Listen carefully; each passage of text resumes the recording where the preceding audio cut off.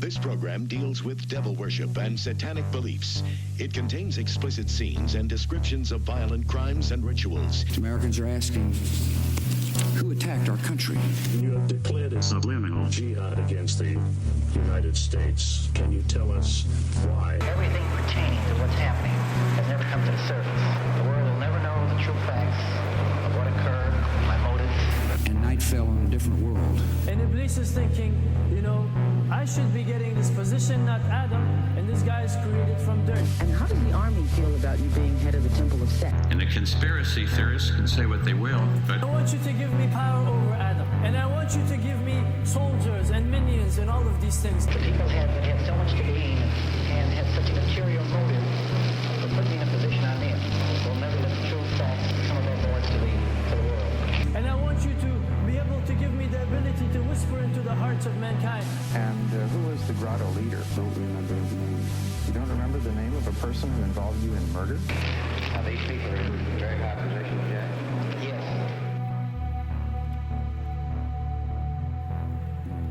Welcome back to Subliminal Jihad, episode 69. I'm your co-host, Dimitri. I'm Khalid. And today, we're back for installment 7 of the Grotto of Truth Q&A series. Yeah, this is another count that's slowly climbing. I mean, 69, 7, pretty, nice, nice. As I say, yeah. Good numbers for today. Mm-hmm.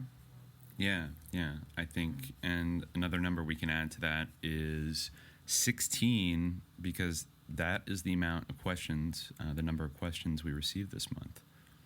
Yeah, it's definitely balances out the sort of lower count that we had for the last one. There was quite a splurge of them. Yeah, I'm checking now to see if there were even some trickling in at the last minute, but I think that I got all of them. I think you did. Yeah, actually. Yeah. Yeah, I think so.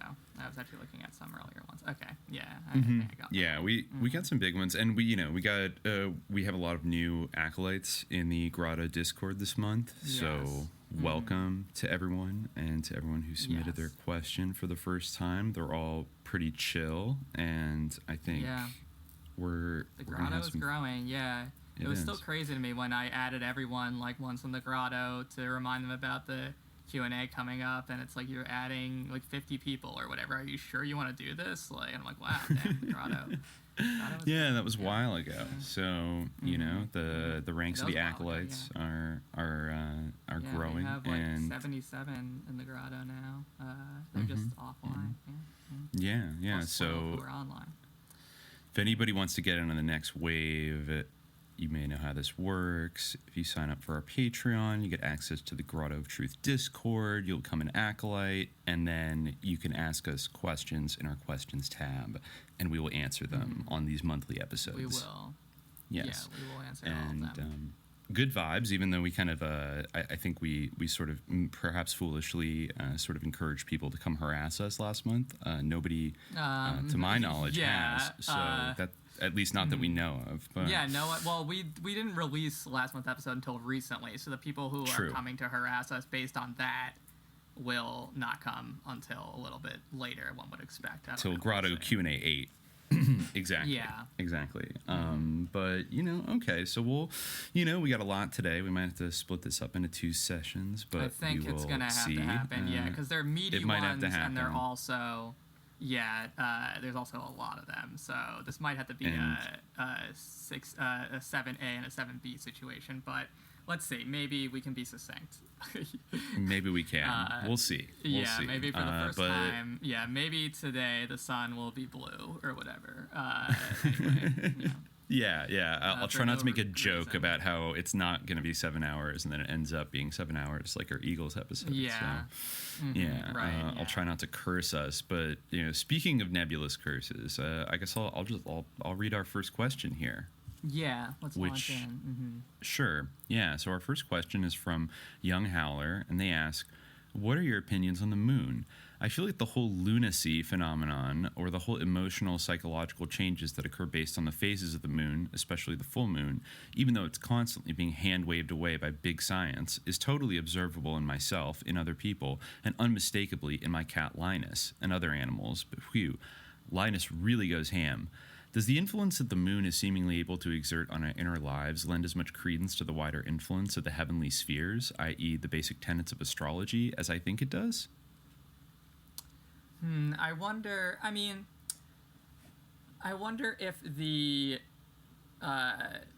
effect of the moon has to do more with the effect of the moon, the more palpable effect of the moon on the senses, or the more direct effect of the moon on the senses. You know, if there's a beautiful moon in the sky, a huge moon, and there's a lot of light, or it has a sort of certain, it creates a certain atmosphere that I think can affect emotions more directly than Mars can, for instance. Not to say that there isn't anything to the idea that maybe the planets do influence things on Earth, or they can affect the unfolding of events in some way, or that there's some kind of structure linking the way that things transpire on Earth with the rest of the solar system and even beyond. But I don't know. Yeah, I mean, there's multiple astrological systems, so whether there is such a thing like that, there's at least like a lot of discrepancy in terms of the imagination of how that actually works. It's not like so that basic premise is shared widely, but the actual understanding of the system and what means what is like vastly disagreed upon. So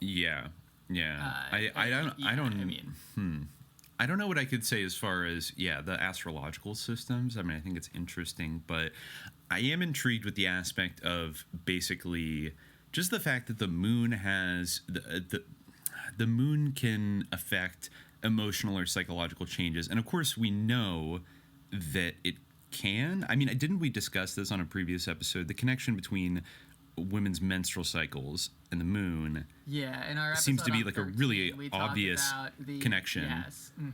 Yeah, definitely. It's an interesting thing. Yeah, the fact that they're synchronized, like they each sort of take a month. You know, it does seem to. You know, some people say, like, well, not really. But, yeah, I think the best... I'm just kind of recollecting now. I didn't look into this before. I did think of that, but I should have thought to check again. But I'm pretty sure that the best explanation people had for that was that it was a coincidence. Like, that's what people were saying when we looked into it during that episode. People can go back. Yeah, you're right. But I'm pretty sure people were saying that, like, it's just a big coincidence that the moon and women's menstrual cycles happen to be synchronized. Which is, you know, I don't know. But it also, I mean, correct me if I'm just like veering total into like scientific dumbness here, but the moon has an effect on the ocean tides, right? Definitely. But I was just and say, like an electromagnetic person to save you from scientific dumbness. Having said that, epilepsy is in your mind. Got called out for that one. No, it's a neurological. It's not a psychological illness. Well, I think that I was thinking of something else in the moment, but of course it makes sense that seizures aren't mental. Like that's just a real dumb one, but. Anyway, so we're all capable of these things, but definitely, the moon affects the tides. That's one thing that's definitely true. Yeah, and so I think it's not totally, and it does affect animals. Everybody knows it affects animals. That, like a new moon appeared, and that's caused all the water to get surged towards the equator, and that made Atlantis become submerged and/or dried out or something. I think the moon is important. The gravity of the moon exerts influence on the tides. And so I don't know. It's like, is it so weird to think that if it can exert influence on the entire tides of like the vastest bodies of water on our planet, that perhaps it could have some kind of subtle, I don't know if it would be like a magnetic or gravitational kind of thing, depending on. I think it's silly to say. I mean, I wonder if. It is one of those things where it's like the astrological bodies can have no impact on you, where I could see someone getting like, I freaking love science brain to the point where they would deny the moon has an impact on human emotions. But it's also like, if you think about it for 1 second, clearly, like, it's clearly true that the moon does. I mean, the moon is one of the most common poetic topoi that people discuss Yes. in poems. It's a very popular. I mean, it's like saying the sun has no impact on human emotions. Yeah. Or something exactly. like that. Exactly. You know, so Well, the moon even doesn't, you know, if you want to take it on a very just like nuts and bolts, like kind of material level, the full moon, I think both for animals, particularly predatory animals, and for, well, actually, both predator and prey, and including humans, going back to kind of the hunter-gatherer days, the full moon is like this occasion that happens once every month where you kind of get a bit of night vision, especially for, some It's easier animals to kind of see have during night that vision, time. but the ones that don't, in a way, that's like a good night to go on a hunt. Might be on the Yeah. full moon because and that's why like a dog, Yeah, even I've heard dogs that to as this the day. standard explanation for like why people say like, oh, there's more crimes during the full moon. I've definitely seen that dynamic play out where people would say, well, people are more wild during the full moon, and that's why there's more crimes. And then people would say, well, it's just because there's more light during the full moon. So it's kind of Which guess I that's think the is true, but I scientific wouldn't versus, say. yeah. I mean, I Yeah, wouldn't exactly. Like, I would say like a yes and to maybe- that. Like it Exactly, like maybe that doesn't it's have to be both and, exclusively yeah. true. Exactly. Right, yeah, the more light makes people behave differently. So, by syllogism, the full moon makes people behave differently. It's just kind of this thing where, yeah, it's one of those, like, sententious statements that people are kind of just, like, piously canting without really thinking about, like, well, is there really a distinction here?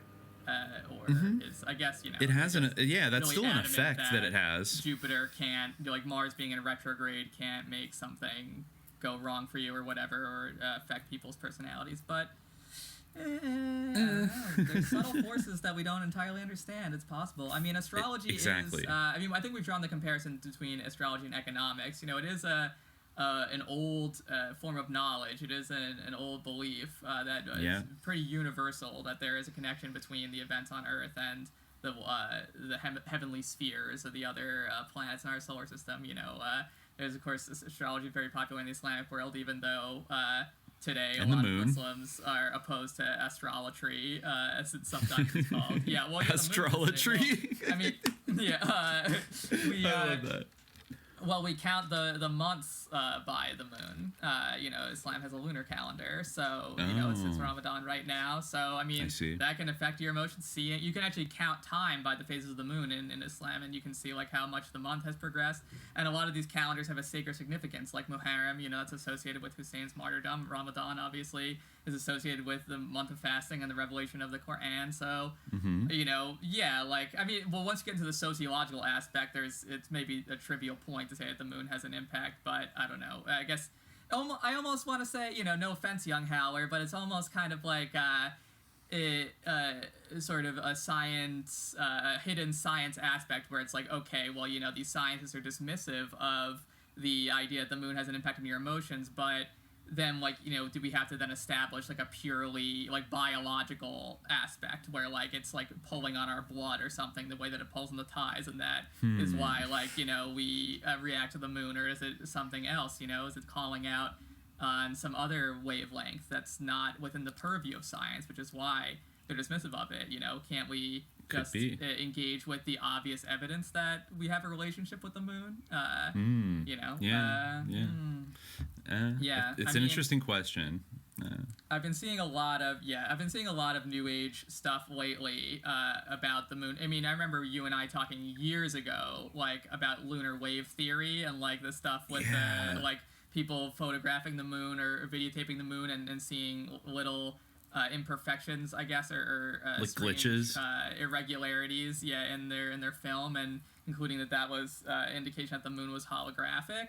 Or that the moon wasn't real, or that we were in kind of like a matrix, or a giant Dyson sphere was wrapped around the Earth, and we were being like pulled by aliens like somewhere. And there's or it's some kind of monitoring station or soul catcher. Yeah, the that moon is souls a soul float up to.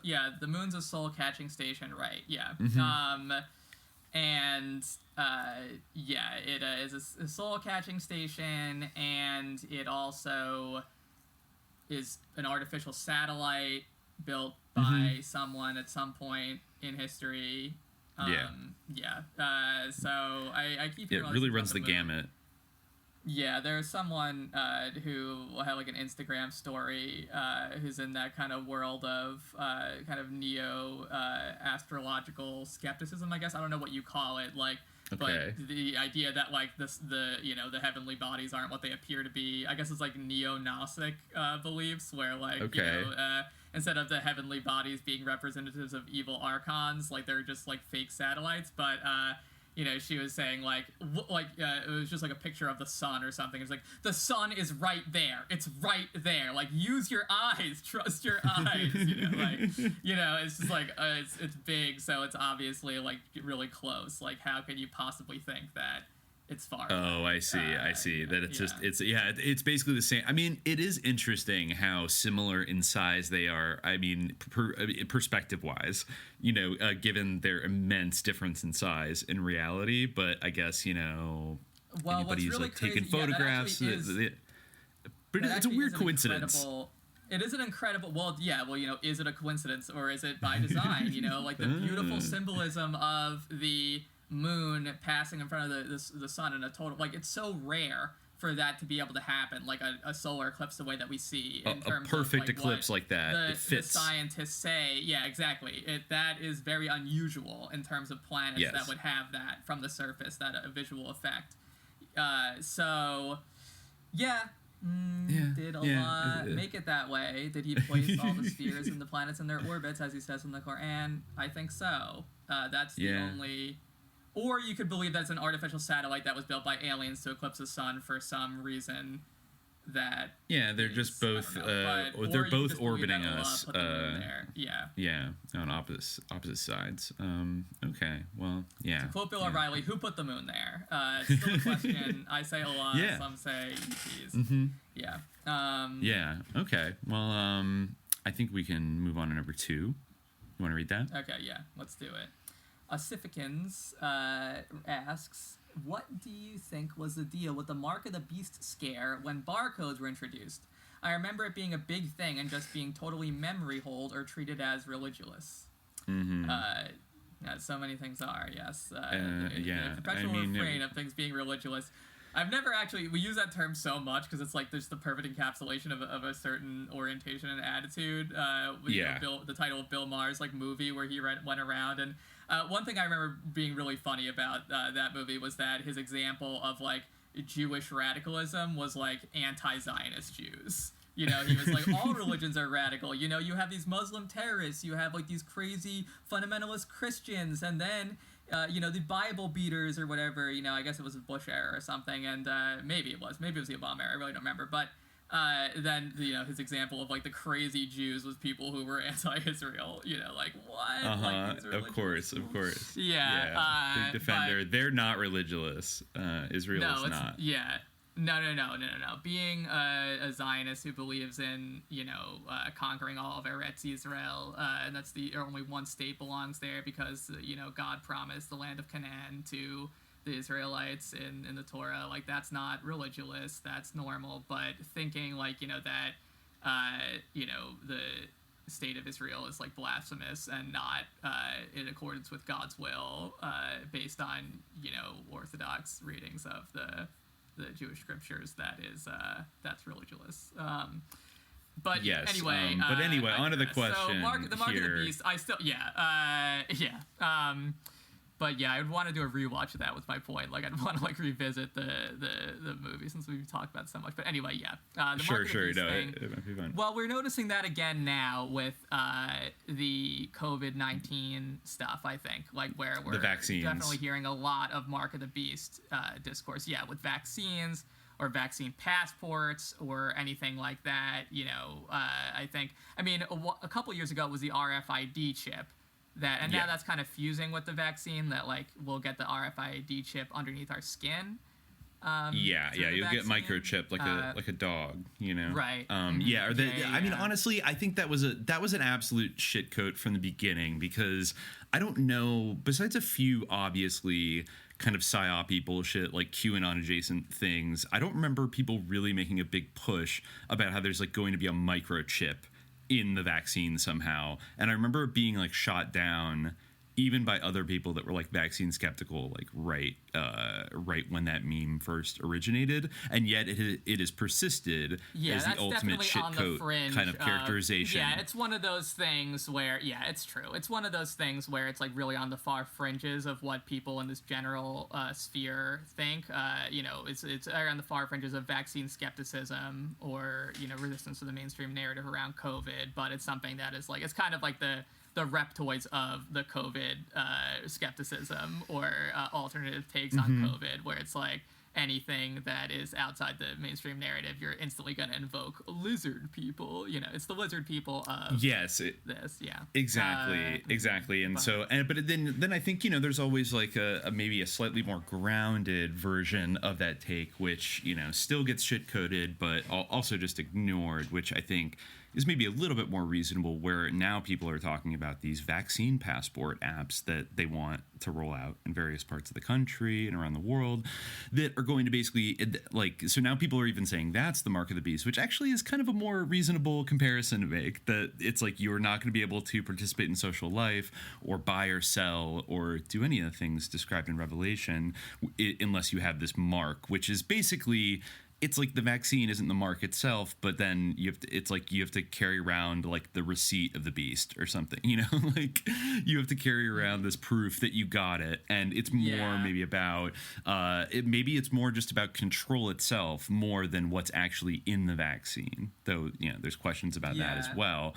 You know what I mean? So it's about getting you to like, get brought into this system where you're like a number and you can be more meticulously managed and controlled, and your freedoms will be curtailed. So that gets back to basically the UPC code, the barcode, which people throughout, I think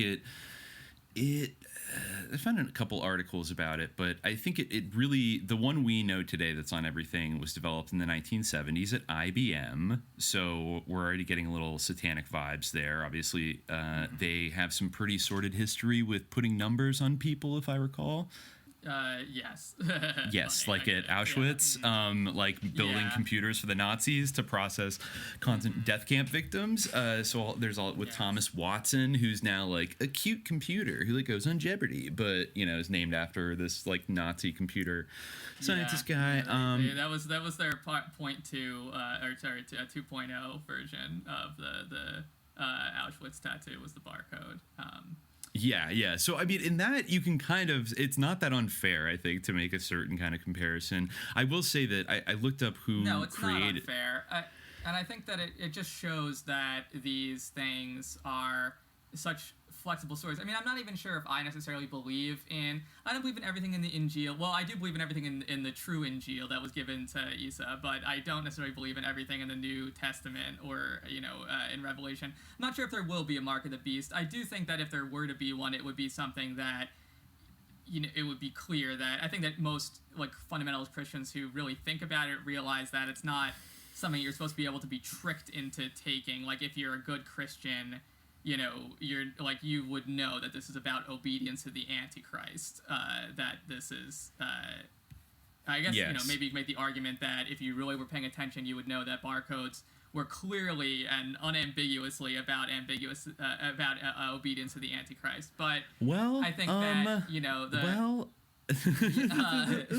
I mean, why don't we talk about what were some of the problems people had with this UPC technology? And given that if we're following the logic that Shaitan is the ultimate capitalist, that he's the ultimate chairman of the board of directors of Satanic Capitalism Ltd, then we have to ask kind of, well, okay, so then, this is a code that has enabled this kind of technologically networked global capitalist commerce to, basically expand across the world. It's a really like fundamental stamp or, a little piece of technology, and, created by IBM. Now, here's what's interesting is it was actually invented. There's a general barcode idea developed by Joe Woodland, who I believe was he was an IBM guy who developed the first barcodes during World War II. But then it was a man named George Joseph Laurer III who worked for IBM most of his career, who developed the UPC in the 70s and, you know, made a bunch of patents. And he was based down in the Research Triangle in North Carolina, and, you know, Raleigh, Durham, and Chapel Hill. And he, you know, he had been an engineer. He was the son of an engineer who I believe joined the Army during World War II. Then he went to technical school, studied radio and television repair, and then went to college at the University of Maryland, and I guess then started working at IBM for 36 years, starting as a junior engineer. And and the interesting thing about him is it says it right here, actually, in the Wikipedia. So this was like quite a controversy at the time. That the Universal Product Code has bit patterns at the beginning, middle, and end of the barcode called guard bars, and these have been interpreted as the digit 666. When he first developed the code, Laurer noticed that the digit 6 appeared several times, and that this might be interpreted as the number of the beast, as his daughter was studying the Book of Revelation. When the code started to appear in stores, there were protests and an urban legend developed. Laurer addressed this on his website. Answer: yes, they do, all caps, resemble the code for a 6, and even parity 6 is 1 module wide black bar, 1 module white wide space, 1 module wide black bar, 4 module wide white space. There is nothing sinister about this, nor does it have anything to do with the Bible's mark of the beast, the New Testament, Revelation chapter 3, paragraph 18. It is simply a coincidence, like the fact that my first, middle, and last name all have 6 letters. There is no connection with an international money code either. And yeah, so I mean, that's interesting, as he pointed out, that George Joseph Laurer III is 666 so it's like 666 3 times. I don't know. Wow. It's like absolutely I'm sure kind of makes someone must have pointed that out before he admitted to it. Someone must have noticed as well. I mean, yeah, he's kind of throwing chum to the water, you know, in that sense. I mean, I think that. Like, yeah, sorry. You can continue talking about. I found just like one reference to somebody actually writing a book about the like barcode satanic conspiracy, and there was one, I guess, that was pretty prominent called "The New Money System" by Mary Stuart Ralph, who was a kind of, I don't know what they call it, like a prophecy philosopher or something, like a prophecy woman or something like that. She was in some kind of evangelical milieu in like Alabama, and she wrote this book, The New Money System. I have it here, and I just, you know, she posts a lot of like funny advertisements from the time that have like barcodes on it, and she's you know, some Bible quotes, and she just says in the preface here, just to give you an idea of like what her argument was. It's kind of interesting.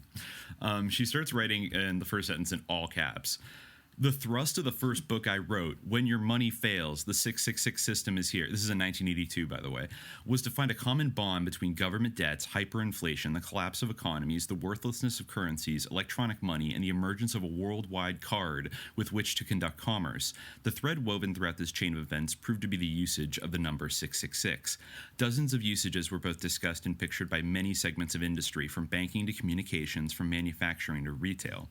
As a successful business person of many years, I had become a keen observer of economic trends.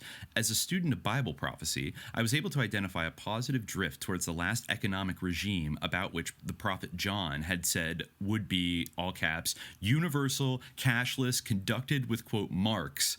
And through this unique system of buying and selling, control would be gained over the political and religious disciplines of the world. However, in the first book, I could only define broad outlines of a loosely knit world federation promoting the consensus of, quote, internationalism through the open and broad usages of the number 666. For example, I would discover it on a flashlight manufactured in West Germany, on shoes made in Taiwan, on a key imprinted in the United States, and on bank cards in Australia.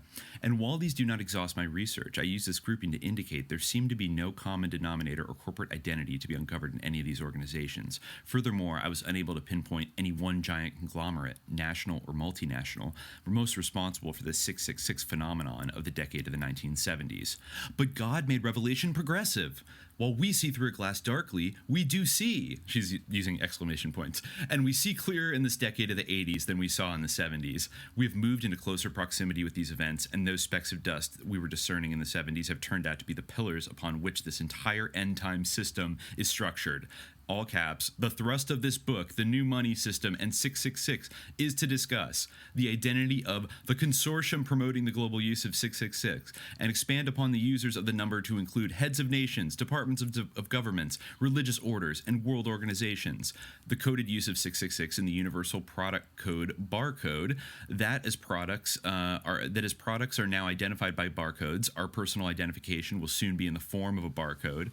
Electronic funds transfer, the cashless system, is designed to remove all money from individuals, but by so doing will eliminate all personal freedom and privacy, as every person, place, and thing come under the identity and control of this barcode marking system. The chief architects of this consortium will realize the fruition of their ulterior motive. The new money system marks for people, money for them.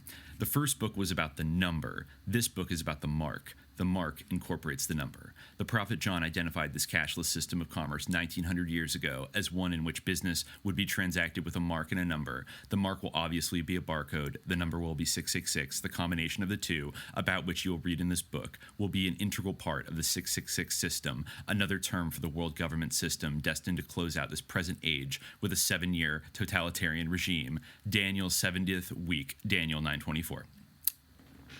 So, cool.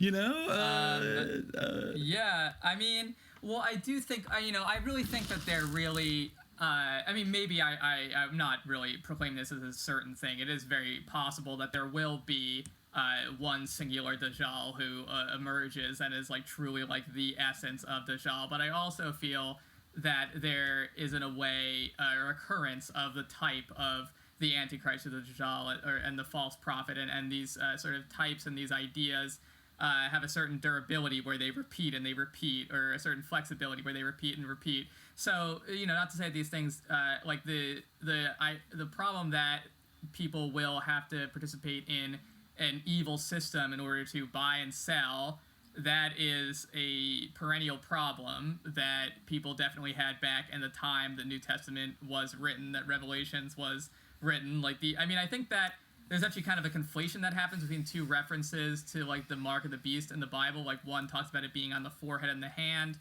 which I think there's a lot of different interpretations of, because that's like kind of a thing in the Bible where people will say that if you're marked on the forehead, that's you're like one of God's people. But of course, like people aren't literally marked on the, so there's a lot of different disputes about it. But there's kind of a conflation between that reference to being marked by the beast and the really famous one where it mentions 666 and says that no one will be able to buy or sell without his mark, which is, if you take that in isolation, that is much more like what you see with people's, especially in antiquity, emperors' faces being on coins and things like that, or George Washington being on the money. I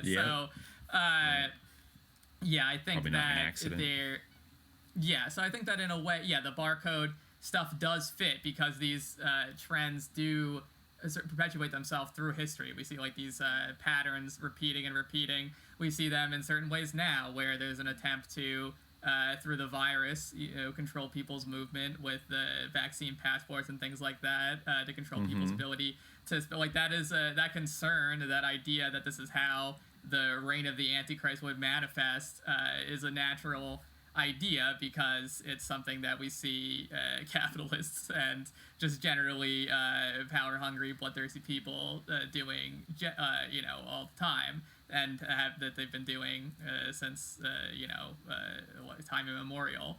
It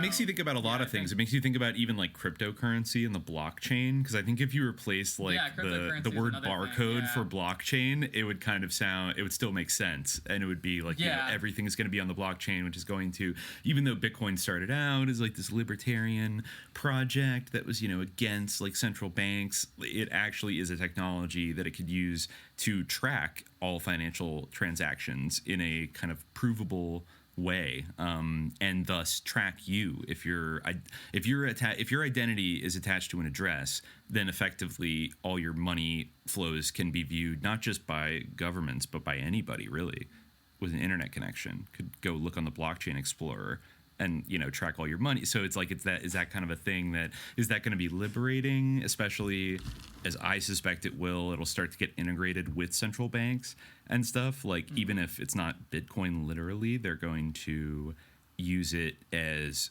they're going to use the blockchain technology to basically set up some kind of digital currency that then you're going to be tracked. So I think it's still salient. Yeah, it's absolutely salient, where I think that, this is an obvious strategy of power that is very ancient. The idea of controlling and being the sort of mark of legitimation of people's transactions of goods and services and capital in various forms. And I think that it's, not to say that there isn't maybe some value to applying biblical prophecy to current events. I'm not really all about that. As I said, I think that the Injil that we have isn't the real Injil, but but I think that it is a very safe bet to say that this is something that will be associated with the Antichrist or Dajjal, because it's something that it's an ancient strategy of power, and the wishing to consolidate all wealth and all transfer of wealth and goods and services under one system. It's something that it's a very safe bet for this is the form that this evil imperium would take, and that it's a goal that it would pursue. Exactly. I mean, I'm inclined to believe that the Dajjal in a way is already here, and they have like a Dajjalic system that they've set up that is called capitalism, that basically Dajjal in a way I think is I'm not ruling out there will be a singular Dajjal. I mean, maybe he will be like a solid state intelligence of sorts. That does seem to be maybe they're trying to build the Dajjal. This is some kind of like Dajjal's basilisk kind of people that for several hundred years have been in a cult to raise a Dajjal. Yeah, I think that Dajjal has been emerging through through the centuries. There's there are Dajjalic currents going all the way through the history of the human species. Whether what the nature of the culmination of those currents will be, what form will take, it's unclear. But we definitely see the movement of Dajjal through all eras, and so I think that's why maybe the barcode thing isn't the main discourse, or the discourse of the mark of the beast has moved on from barcodes as the main sort of focus, but it doesn't necessarily mean that that prophecy failed or whatever, and now we're on to the next thing. I think that it maybe is all part of the same accumulation of Dajjalic energy over time. Yes. It was a critical step in the development of the productive forces of Dajjal to basically develop barcodes so that they could get to the point where now they can create global digital currencies and surveillance systems and things like that to entrap people even further in their Dajjalic system. And so I think we should stay vigilant and watch out for it. Sure. Not gonna earn the Mark of the Beast barcode believers of the 1980s. They were more right, just like Sherman Skolnick. Their educated misses were more informative than other people's cautious articles about how it wasn't satanic. Yes, they definitely had a pretty good point. And Well, speaking of satanic, maybe we can move on to number 3 now. Okay. This one's this one gets a little wild. It gets a little wild. So we, I will read this is from Jimmy Fallon Gong. And he asks, okay, now that we're getting into hypnosis, have you guys looked into that whole sissy hypno thing? I'm only vaguely aware of it because I'm not a 4chan dude, but it sounds theoretically possible. Are you aware of the sissy hypno thing? As being a big thing on 4chan. I'm definitely aware of sissy hypno, and in terms of it being possible, I think it's probably one of the more, on the podcast we've discussed like the possibility of people being hypnotized against their will and what is possible to manipulate someone into doing, where I think that for the most part, like the sissy hypno stuff, where basically for those who don't know, it's like when people watch like videos, like either porn videos or like listen to MP3s or subscribe to like Findom type OnlyFans who like use kind of like hypno type techniques to program them or condition them into being a sissy and like feminize them, so or in some cases, and this is quite controversial, but some people argue can hypnotize people into kind of having into basically wanting to become trans, basically, is often the kind of or if not that, then to like hypnotize them into becoming sissies, like getting pegged or something like that. Like that's been a lot of with that. The reason why I view this as being quite possible is that if you are like even in a situation where like someone is hypnotizing you to be a sissy, it's usually by your own design. Like I mean, you could maybe say like we're all being fed xenoestrogens that are turning us effeminate or something, or being sissy hypnotized by like the media when they K Reno's issue of putting the men in dresses and you gotta wear a dress on masculinity. So maybe there's a subtler aspect of sissy hypno being exercised on the whole. That gets into the kind of whole the emasculation of males discourse. But in terms of like the very narrow phenomenon, particularly of people using hypnosis to make people into sissies, usually those people are like seeking that out, like they're turned on by the idea of like being turned into sissies, and so yes if you're like I guess that then like you will be sissified because you already kind of are. Like, that's definitely true, and of course there's like there's a very hard to pin down sort of chicken and the egg kind of thing of like, to what extent are you coming with like a sort of already innately extant desire that is fulfilled by watching sissy hypno, or to what extent are you just maybe like somebody who is either curious or just diving into the world of online pornography and just happens to click on it, and then it is, if as long as you give it a little bit, like kind of like with regular hypnosis, then it could incept certain ideas into your brain, and while you do kind of technically sort of consent overall because you sought it out, maybe it puts ideas in there that like otherwise without that stimuli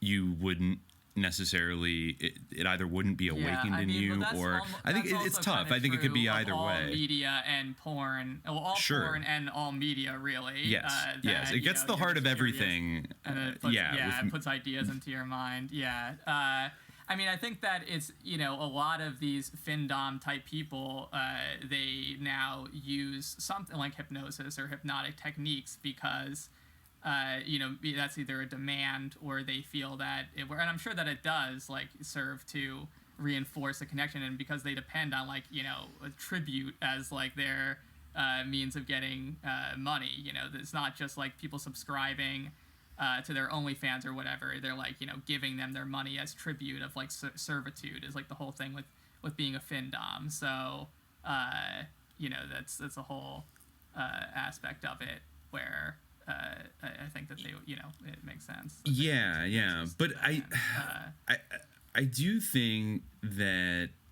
it is interesting, the explosion of different kinks, which of course they've always been kind of out there, but I think there is a kind of fanning the flames of the popularity of some of them, given the structure of online erotica and pornography. I think it's definitely been the amount of porn that is being an example of that. Yes. I think. Yeah. Yes. Is a huge example of that. Totally. Something that would have been like probably, I think, kind of more or less somewhat marginal, and certainly in the realm of just people's like fantasies in general. I don't think that's like a super, I hope it's not a super widely held one, but yet it's become like the number one kind of, I think, like category, basically. Because I've read that some of these places have like cracked down on like hypno stuff or something like that, like because they're concerned that people will like sue them or whatever. Like they're okay with having like, you know, teen like your daughter or whatever porn, but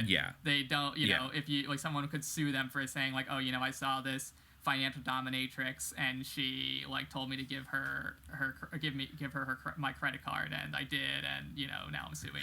I mean, that's really interesting, where, you know, basically I hadn't really thought about findoms using hypnosis to like psyop and hypnotize clients, because the whole findom thing did strike me as always like a little bizarre. But I guess I'm somebody that, like, I don't know, the idea of getting like tortured like in the Hell in the Bucket video by like a sexy dominatrix who's like, I don't know, burning you, or like, it just doesn't, like, I don't know, I'm not wired that way. Like I don't understand like either doing it to people or having it done to you. I mean, other people do, but I think that I don't know. I think that the findom part always struck me because it's all virtual, it seems like, for the most part, and it is based upon this weird kind of like degradation of the person who's paying you, but it's all like psychological. But the more I think about it, it's like, oh yeah, like that wouldn't be, you probably, you know, even in this post-pandemic age, like how do you hypnotize somebody over like a FaceTime call? You probably could do it. It's probably not impossible. I do want to. I want to read a little bit from like one article. There's a few articles that have actually been written about this. And in if fact, you dig like into it, if there's video editing, you can use like subliminal images and things. Subliminal. Yeah, just even, that's the other thing is like I think that what people single out about like sissy hypno videos is that they are very aggressively edited to kind of like put you in a sort of trance like state, and I think they're very clearly trying to like overtly kind of trying to hypnotize you. The idea is that, and it's kind of part of the fun, I guess. I think that people going in now, it's the appeal is that you're giving up control. It's a control and power thing. Yeah, I think that, a lot of sexual kinks, I guess, or a lot of sexuality in general has to do with, like, power, or even, like, it has to do with power, like, and, it's a balance of, like, dominance and submission, like, that's my perception anyway. In fact, I would say that hypnosis has had like a sexual element to it, in the same way that people have brought up that there's a possibility or there's an ambiguity or a sexual tension maybe that can emerge in like a therapeutic climate. I mean, I think that there always has kind of been like a psychiatric or psychoanalytic climate where there can be like transference to the psychoanalyst and you can fall in love with them or something, like that type of thing. I think that, hypnosis, even more so, there's always really been, like, a sexual element. Like, if you look up, like, old pictures of, like, women, like, cataleptic women, with hypnotists, like, from the Victorian era, like, the kind of poses and stuff, like, they have this, I think they have, like, kind of an erotic aspect, I think, sure. Some of these things, and I could definitely see a kinky undercurrent to those being, like, seance parties. Like especially in such an uptight age where sexuality was so rigidly kind of regimented and controlled that any kind of little thing like that where you like give over your self-control to like somebody else who's mesmerizing you is kind of very titillating and kind of scary, dangerous kind of thing. And I could see that operating. I found this article in the Daily Dot. I just want to read a little from. It's kind of a pro hypno kink article, and I feel like we want to give them their chance to speak. And I don't know, it talks about kind of the realness of it, and like what I guess there's even beyond like sissy hypno videos. There's an entire hypno kink or erotic hypnosis kind of a community. So this is actually written from just this year, from January, and they say skepticism runs rampant around hypnosis, particularly for hypno-kinksters. Yet despite what naysayers believe, hypnosis is very real, and hypno-kink fans have long sung its praises. Where does erotic hypnosis' appeal lie? Here we go. Like many other kink communities, the hypno-kink world has its own lexicon with varying definitions. Hypno-kink educator, podcaster, and author Sleepin' Girl stresses defining hypnosis is complicated in its own right. quote, it refers to both the activity as a whole, we are going to do some hypnosis, and the altered trance state that can occur within. I am going to put you into hypnosis, she told the Daily Dot. Especially within the kink community, we recognize that doing a hypnosis scene does not necessarily include a trance state and is more broadly referring to all sorts of mind play techniques. Meanwhile, clinical hypnosis describes the specific medical experience of hypnosis as an altered state of awareness, perception, or consciousness that is used by licensed and trained doctors or or prepared individuals for treating a psychological or physical problem, according to the American Society of Clinical Hypnosis. Science backs up clinical hypnosis as a neurological phenomenon, too. In one study, hypnosis expert David Spiegel at the Stanford University School of Medicine observed a predetermined, highly hypnotizable group saw a drop in the brain's dorsal anterior cingulate activity during hypnosis, letting those focus deeply on the exercise at hand. Other parts of the brain also changed their behavior, essentially intensifying the brain's connection to the clinically hypnotized party's body, Spiegel told Time magazine. The dorsolateral prefrontal cortex, which is connected to self-reflection, also diminishes in activity during clinical hypnosis, explaining why hypnotized subjects may be more susceptible to suggestion. In other words, hypnosis changes how the mind processes information and suggestions on a neurological level. It's a powerful tool, one that Spiegel thinks could be used as an alternative to addictive painkillers. He underwent self-hypnosis to recover from a shoulder injury. He said, if opiates affect certain regions of the brain, like the dorsal antigular cingulate and some other brain regions, there's no reason why we can't use a different approach to produce similar effects in the brain that are real effects that reduce pain and anxiety and help people stop smoking, Spiegel told Time. It's a real deal treatment that should be given the same respect that a lot of other treatments we use that are sometimes less efficacious and more dangerous. Sleeping Girl argues hypnosis can look like many different things to many different kinds of people. Her and fellow hypno-fetish educator Gleeful Abandon wrote in one zine that the term hypnosis tends to be used as a, quote, wider umbrella than the clinical definition of hypnosis. To the Daily Dot, Sleeping Girl described the hypnosis trance state as, quote, adjacent or connected to focus, expectation, attention, awareness, suggestibility, and rapport. Here's the thing. Hypnosis isn't just one solid thing or state with one solid set of rules. Trance and brain fuckery are dynamic, her zine notes. Spoilers, any line we make is subjective. Meditation, when you potentially put yourself in an altered state and change the way you focus, pretty much fits under that umbrella too. Erotic hypnosis, Sleeping Girl said, describes erotic hypnosis as the catch-all term for using mind fuckery with intent to play within the bounds of an intimate, sexual, or fetishistic encounter. Hypno-kink is the more modern term and has become more popular as the erotic hypnosis world has merged with the general kink and BDSM communities, she said. It can be used as a descriptor of interest, I have a hypno-kink, or as a way to talk about the activity, let's do some hypno-kink. Now, why do people like erotic hypnosis? Like any other sexual interest, hypno-kink has broad appeal. Steven Strom, managing editor at Fanbyte, recently covered a hypno-coded VR game that promises to, quote, dissolve your mind in a bath of ecstatic sensation. Strom told the Daily Dot that they have been interested in hypno-kink from a young age and that the fetish is, quote, actually super common and has been for a long, long time. I enjoy both sides of hypnosis. Sure Oh, God. I enjoy both sides of hypnosis because on the one hand, you have no choice but to enjoy yourself. On the other hand, you don't have to worry if you're good enough, pretty enough, femme or mask enough, etc. for the other person, he explained.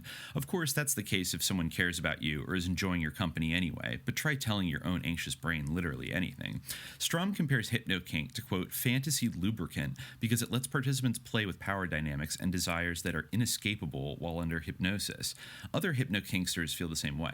Rotten Tiamat enjoys hypno-kink for many reasons, one of which is how a hypnosis trance leaves the subject, quote, in a hyper-suggestible state where the hypnotist can tell their submissive what they're feeling or sensing. Quote, hypnosis aligns well with a lot of other kinks, especially transformation.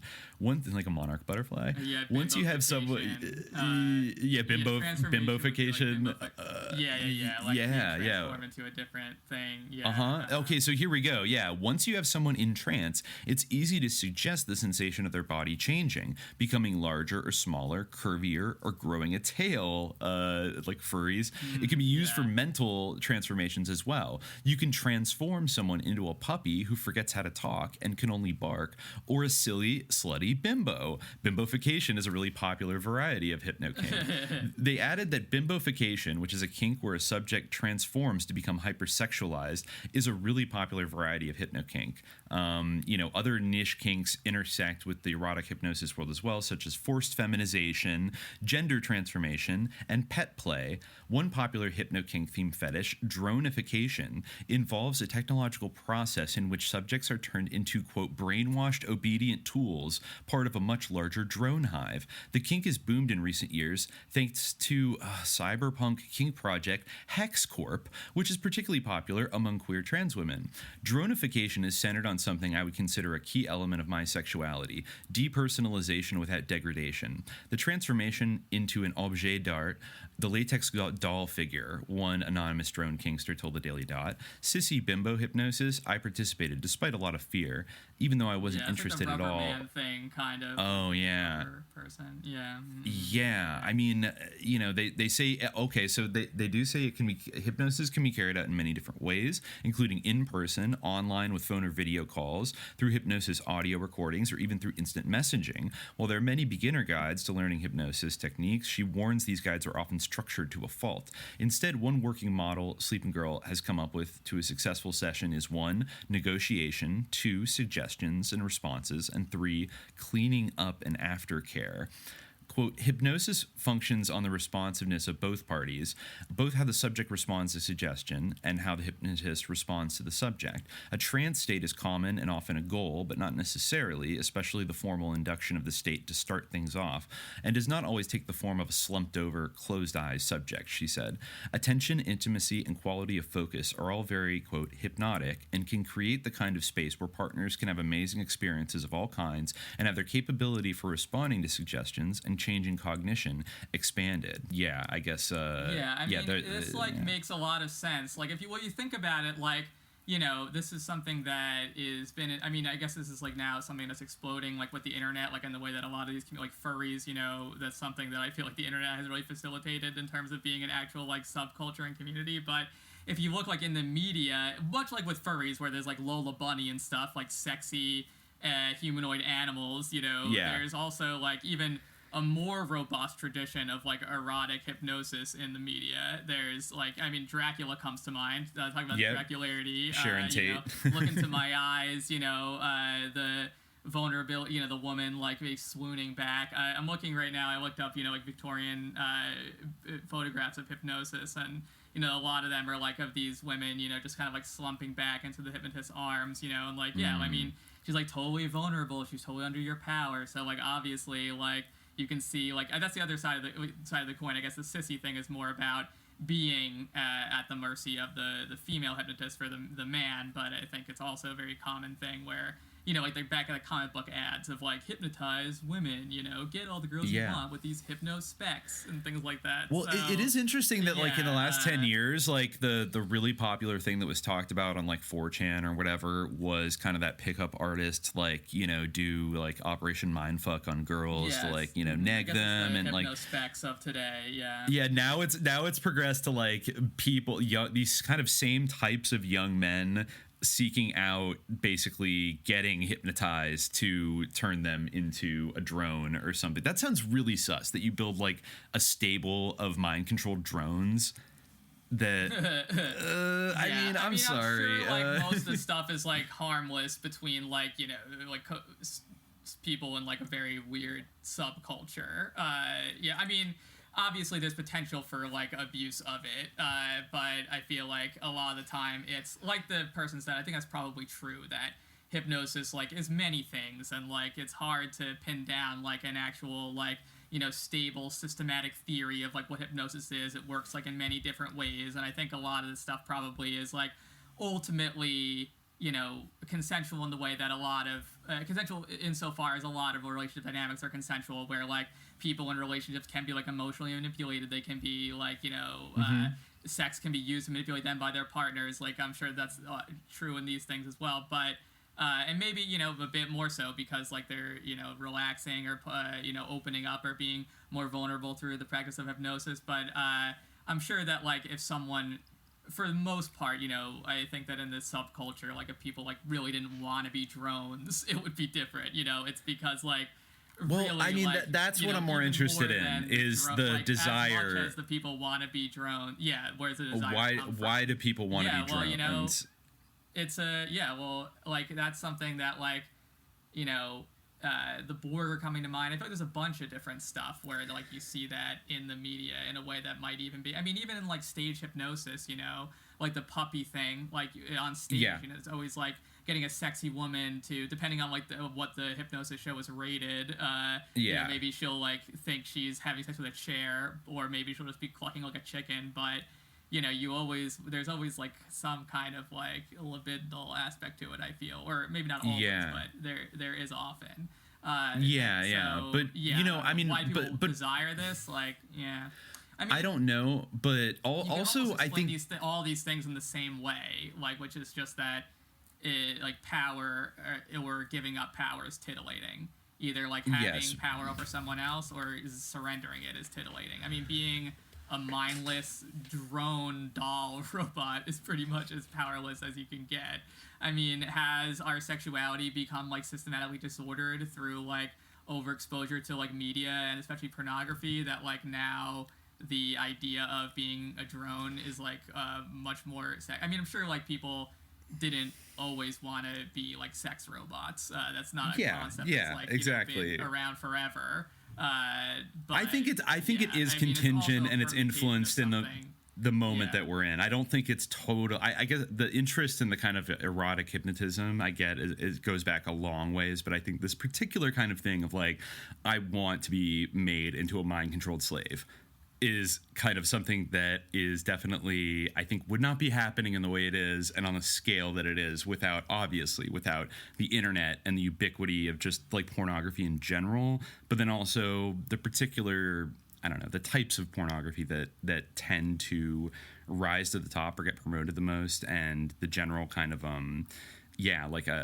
there is a kind of a, I don't know, aggressive. I think it's in between. Like the basic idea of being like controlled body and mind, I think is very old, like as a sexual desire. But also, I think the reason robots are obviously a newer thing, or just being a zombie, kind of being like a zombie in the Haitian voodoo sense. But I do want to bring up, because I think maybe the reason why Jimmy Falun Gong asked us this question is because perhaps of the potential, because we've talked about hypnosis in the context of MK Ultra and brainwashing people and hypnotizing them and programming them to kill and all these other things. So I think maybe what he's also kind of asking us is this a new technique to basically MK somebody under the cover of it being like an erotic hypno thing, or like, you know what I mean? Like, could this be weaponized, or perhaps like has it been weaponized? To like look up a hypno porn video, like a sissy hypno porn video, like to get hypnotized to be a sissy,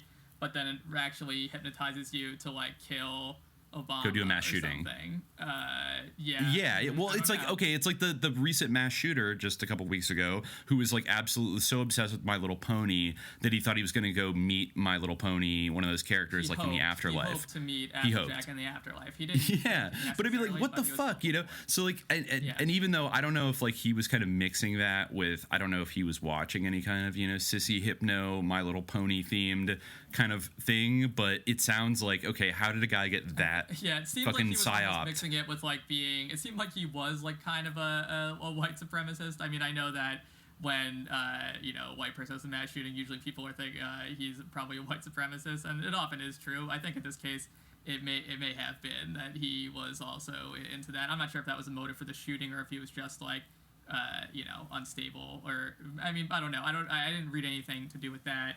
I haven't heard of like a sissy hypno shooter, but I mean, how would you really know? Maybe Stephen Paddock, when he wasn't doing Joker Poker. Exactly. I mean, Joker Poker is kind of a like, could Joker Poker gradually hypnotize you and psyop you into being a mass shooter?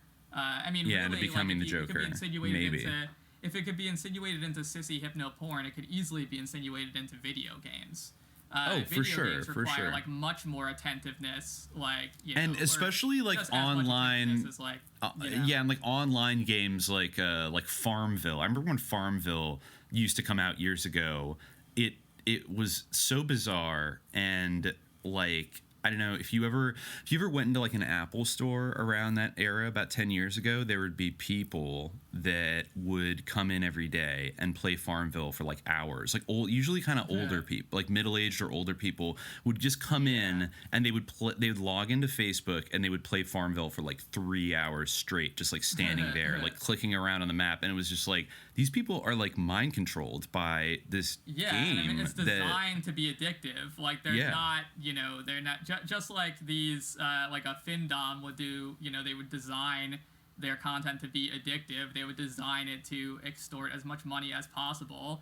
Those games are designed to get people to keep playing. It's always the next objective. I mean, Civ, a game which I like, is very much the same way. Where I think that even one of the like sort of taglines of the series is like just one more turn, because it has that format gets you hooked of into like, it. oh well, just one more, and like it's always like, oh, after the next turn it'll be fine, like after the next turn I'll be done, but then always something else comes up that'll get you to do just one more. I think that there, it's obvious that there's many things like that, and even the music in video games. I have a friend who listens to video game music while working on her writing.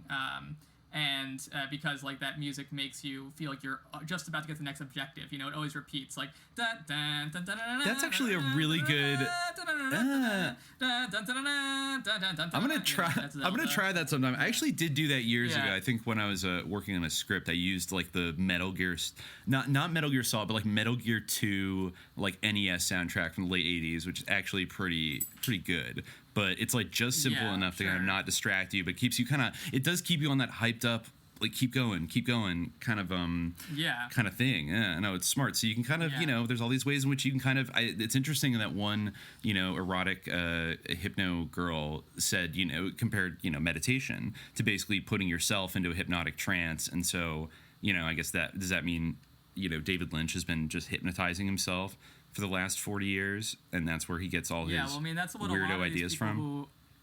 That's a lot of people we talked about have said the same thing. Like we were talking about William Joseph Bryan, the descendant of the perennial presidential candidate who wrote that book on like religion and hypnotism, and a lot of it was about Muslim prayers as a use of hypnotism, through the repetition and through certain things. I mean, it can be like a Hindu term, but it's also like sort of repetition, like a trance-like thing.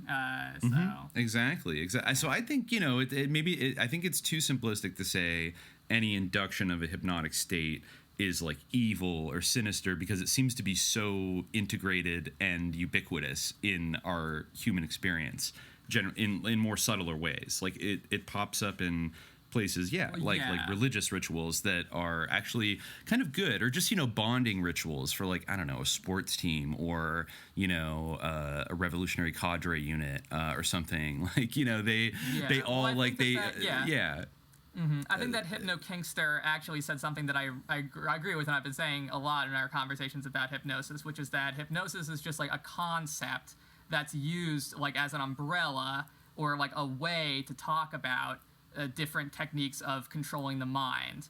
But like there's a lot of like control of the mind. Obviously, like one has to control one's own mind. It's part of being disciplined. It's part of one conditions oneself, for instance, like through prayer, like regular prayer. You have to condition yourself to do that. That's like how you form habits or whatever, in the same way that you would condition like a Pavlovian slave to whenever they hear a bell, take out their revolver and shoot Kennedy or whoever. But no, that shows you it could be used for very positive or very negative purposes, and so I guess and like the line between like what's hypnosis and what's not, it's like kind of.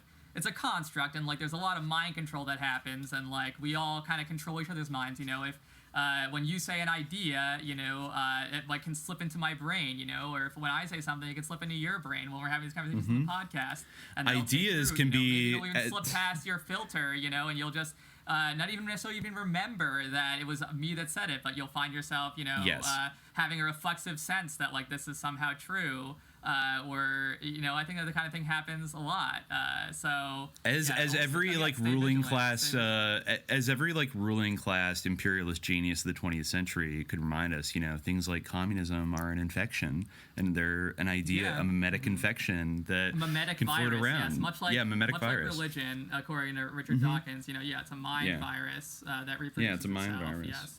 But sometimes, it's not all bad. But I am holding out some skepticism of just kind of lumping this in with every kind of sort of kink or BDSM thing, and not. I think they're all right that there's this broad definition of hypnosis and stuff, but you're starting to deal with something on a more acute level when you are doing sort of consensual non-consent. And I feel like, rolling it out in this kind of Wild West free market kind of OnlyFans culture, and, letting all this free content just swim around on the web, and there's not really a super strong kind of like a regulation of it, that, it opens the door for more people to be getting mind control. I know, I'm being... Some swerve coming from you. But no, I definitely agree with that. Like, it's become much more popular, and it's a much more ubiquitous thing where people are, using these type of techniques and seeking out these techniques, and whether or not it's against their again, it's so hard to decide what people really want, where does free will begin and end? It's a great philosophical question, but it definitely is true that you have more people seeking out this kind of dependent, weird parasitic relationship with these strangers online, like porn stars. Whether there's really a component that even deals with hypnosis or not, there's this whole thing where people buuying gifts over OnlyFans. There are permutations of that which are old, but this is the real bleeding edge of the parasocial frontier is being hypnotized by your dominatrix to empty your bank account. It's hypertrophized in our current system where everyone, in the same way, it's the worst kind of online dating where you can just go on your computer and find yourself someone to completely enslave you or whatever, and just and I think that there probably are even more. I think that's probably the findoms themselves on OnlyFans. Maybe OnlyFans itself as an institution is something that is using the labor of those individuals to do that on a mass scale. I would be more concerned with the manipulation that happens on a mass scale, where there's sort of same patterns of mind, that same inculcated desire for this dependency and slavery. Literally beg for to develop your kink to want to be a slave. I'm sorry, that just comes a little. I don't know if that's something. It's cool if people want to do it, but I maybe we shouldn't be promoting that on a mass scale. The way that could be used by, the pleasure of giving up control or of one's own mind or whatever, the association between those two things, the way that could be used, in other domains beyond just sex or even sexual commerce, is very worrisome to think about. But it's definitely a problem in our internet culture now, where people can just fall down a lot of these different rabbit holes. The internet is one web of mental rabbit holes that you can fall into and just go nuts, whether it's Joker Poker or Farmville or being hypnotized every single day, and just sitting in your chair edging for 7 hours and sending tribute to Miss Domina XX 5 or whatever, or being a QAnon, hunting for clues of QAnon, or it's all just an MK right machine, or pick your flavor and then you wash your own brain. It's a self-checkout kiosk. It's a was amplifier, the whispers of Shaitan, the was. Really, the was. Whispers. It just will amplify whatever was is going to get to you, and hook you in with just waste your time doing this, enslave yourself doing this. Be a slave. What did Aldous Huxley say? The painless concentration camp of the future, where people will be slaves and love it. kind of sounds like compatible with the Chicken Factory a little bit. And, I think it's interesting that actually, I didn't realize this, but Patreon has banned consensual, non-consensual, basically like hypno kink. You can't, which makes them swerves, and particularly hypnosis related, because it seems broader, but it also seems like nonsensical. Consensual. It says, here's another article from early this year that, from Daily Dot's really on the pro hypno kink bandwagon. They said Patreon is removing erotic hypnosis content. It's a dangerous sign for porn. Other kink artists are also at risk. And so I guess, they basically, there are several Patreon users who create erotic hypnosis content, claim their accounts are being targeted by the site for breaking Patreon's rules on sexual violence. So they classified erotic hypnosis as sexual violence, and I guess all these people are mad about it. Well, I guess certain scenario, it's certain like a Dracula scenario, even if that is a rape, pretty much. Wait, say that again. Yes, like a Dracula hypnosis scenario, that's a rape. It basically is. If, you use your eyes to incapacitate her, that's still rape. Or if you manipulate someone into having sex with you through mind control, that's rape. So the fantasy of it. I'm not saying that all these people are being raped or whatever. I'm sure part of it there's a role playing aspect to it, but in theory it opens itself up. You open yourself up to basically, because as we say all the time now, that Esterbrook said you can't really, it's difficult to hypnotize somebody against their will overtly, but you can definitely hypnotize them without their consent, and then once they're hypnotized, you can find clever ways to circumvent whatever their kind of normal will, conscious will is, and get them to do things they probably otherwise wouldn't do. And especially when you're building a kind of a one-on-one relationship with somebody that you're paying on OnlyFans or something, then somebody could really kind of get to get to read you a little bit, and then figure out ways to get you to do all kinds of things. And one of the people in that original article also mentioned that sometimes the clients have temporary amnesia after their sessions. So it's just like Candy Jones, where they don't remember what happened. And if you're especially if you're doing something nefarious, you could probably put in some extra hypnotic suggestions to be you're not going to remember this, So it just opens up we gotta folks, we gotta shut the whole thing down. We gotta shut down this hypnosis game until we figure out what the hell is going on. I think it's out of control, it's weaponized, folks, and it's sus. So we got to be careful. I know that makes me a swerve or whatever, but you're a herf. I'm not defending Hypno Harlequin, who got kicked off Patreon, and wow. Yeah, they say that the Patreon statement to the Daily Dot about kicking off the hypnotic Harlequin was a violation of our policy is when hypnosis is used as a coercion mechanic for non-consensual sexual content, typically in a fictional scenario, at which point we consider it to be a glorification of sexual violence. They were talking about another meek one. That's like a Svengali type thing, again, like Dracula basically would be under that policy, like a Christopher Lee type Dracula, anything like that. They also say that they also say we also do not allow other fringe sexual fetish creations such as incest, necrophilia, or fetish creations that is hard to distinguish from non-consensual sex. When a creator's account is placed under review, we work one-on-one with the creator to bring them back within guidelines and blah blah blah. I guess they don't go for that Jimmy Savile stuff. With hypnotic Harlequin, but what if hypnotic Harlequin hypnotizes them and just letting her have her account back? They better not work one-on-one. They better have someone there, to make sure that the first Patreon representative doesn't get hypnotized. I would hope so.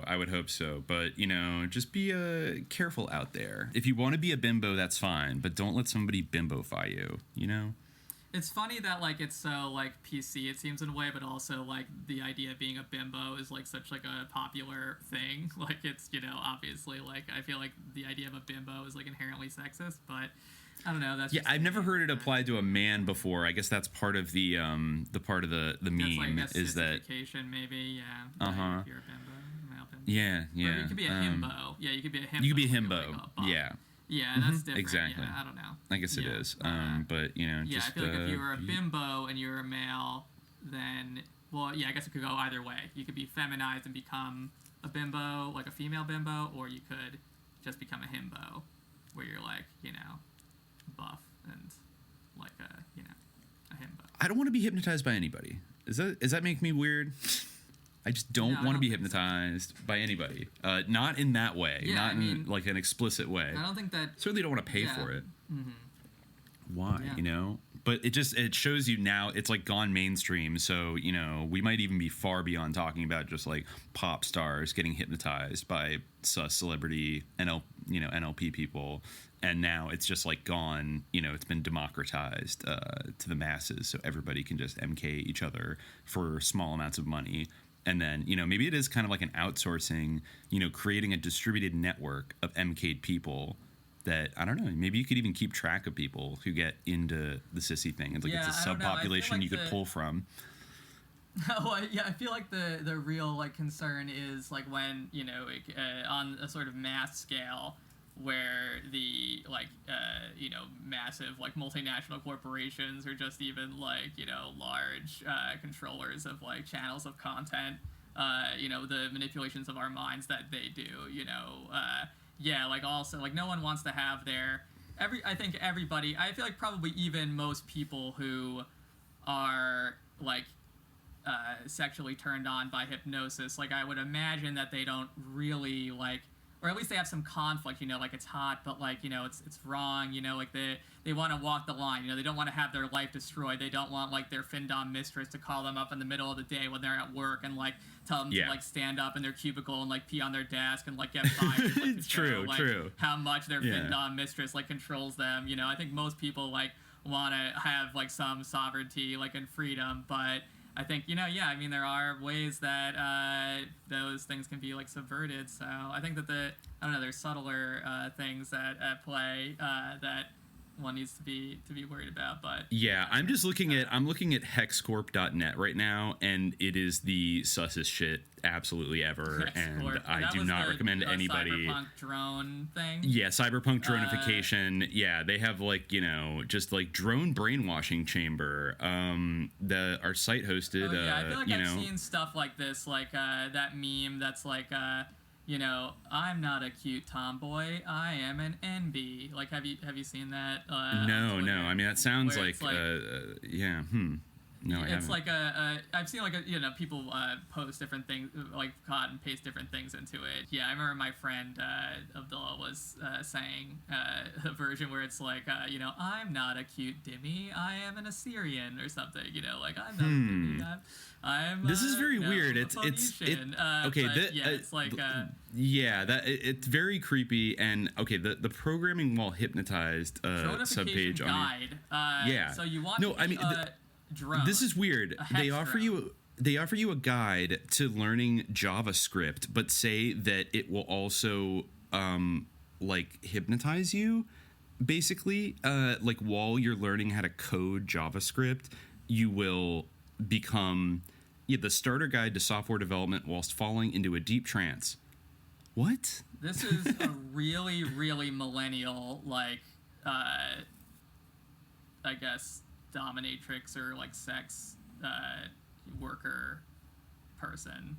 Like the fact that it's like also a coding boot camp and like dominatrix. I guess this is. I guess, you know, they told people to learn to code, and now that's what they're gonna do. They're gonna learn to code and learn how to be drone slaves. Yeah, like cyberpunk drone got fired slaves. From like, you know, the New York Times or whatever, and they went to go learn to code, and they became like cat girl drones of this person. All right, I'm done looking at this now. All right. I think we're it's dark. Yeah. It's dark. You need to be punished, and it will never finish. You are just a dog on a leash. Lick me, baby, lick me. Let me make you happy, but only if you're begging me, please. You need to be punished, and it will never finish. You are just a dog on a leash.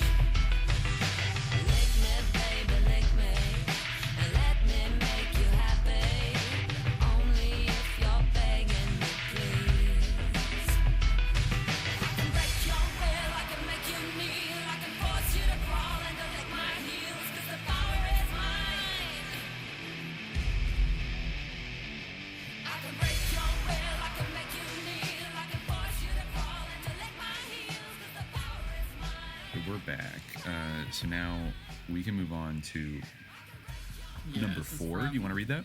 Yeah, Gingy00, who I remember from past Q&As. Hello, Gingy. Gingy writes, with the recent LNX stuff on Twitter and the talk about Satanism, I was wondering what the host's thoughts were about exorcisms. And since I'm a filthy papist, I wanted to know specifically your thoughts on the diocese in the Catholic Church keeping exorcism retention and training new exorcists. Also, what your thoughts are on the claims that certain dioceses are seeing an uptick in requests for exorcisms by parishioners. I wonder since when there's been an uptick. I mean, definitely I think that, like, the movie The Exorcist would have catapulted the Catholic rite of exorcism and the Catholic practice of exorcism into the popular consciousness. Just, you know, in the special about satanic murders and satanic violence that Geraldo did on Halloween with Aquino, they had a Catholic priest there, which I feel like is part of the legacy of the movie The Exorcist and the association between Catholicism and exorcism, where, of course, like, you know, I believe there are still very active Protestant practices of expelling demons. I mean, certainly it's an old Christian practice because Jesus performed it in the New Testament. And, I mean, all religions that I know of have some form of exorcism. Absolutely. I don't know of one that doesn't. You know, even going back to more like shamanic kind of earlier forms of, you know, kind of folk religion that still kind of, you know, persist in modern times.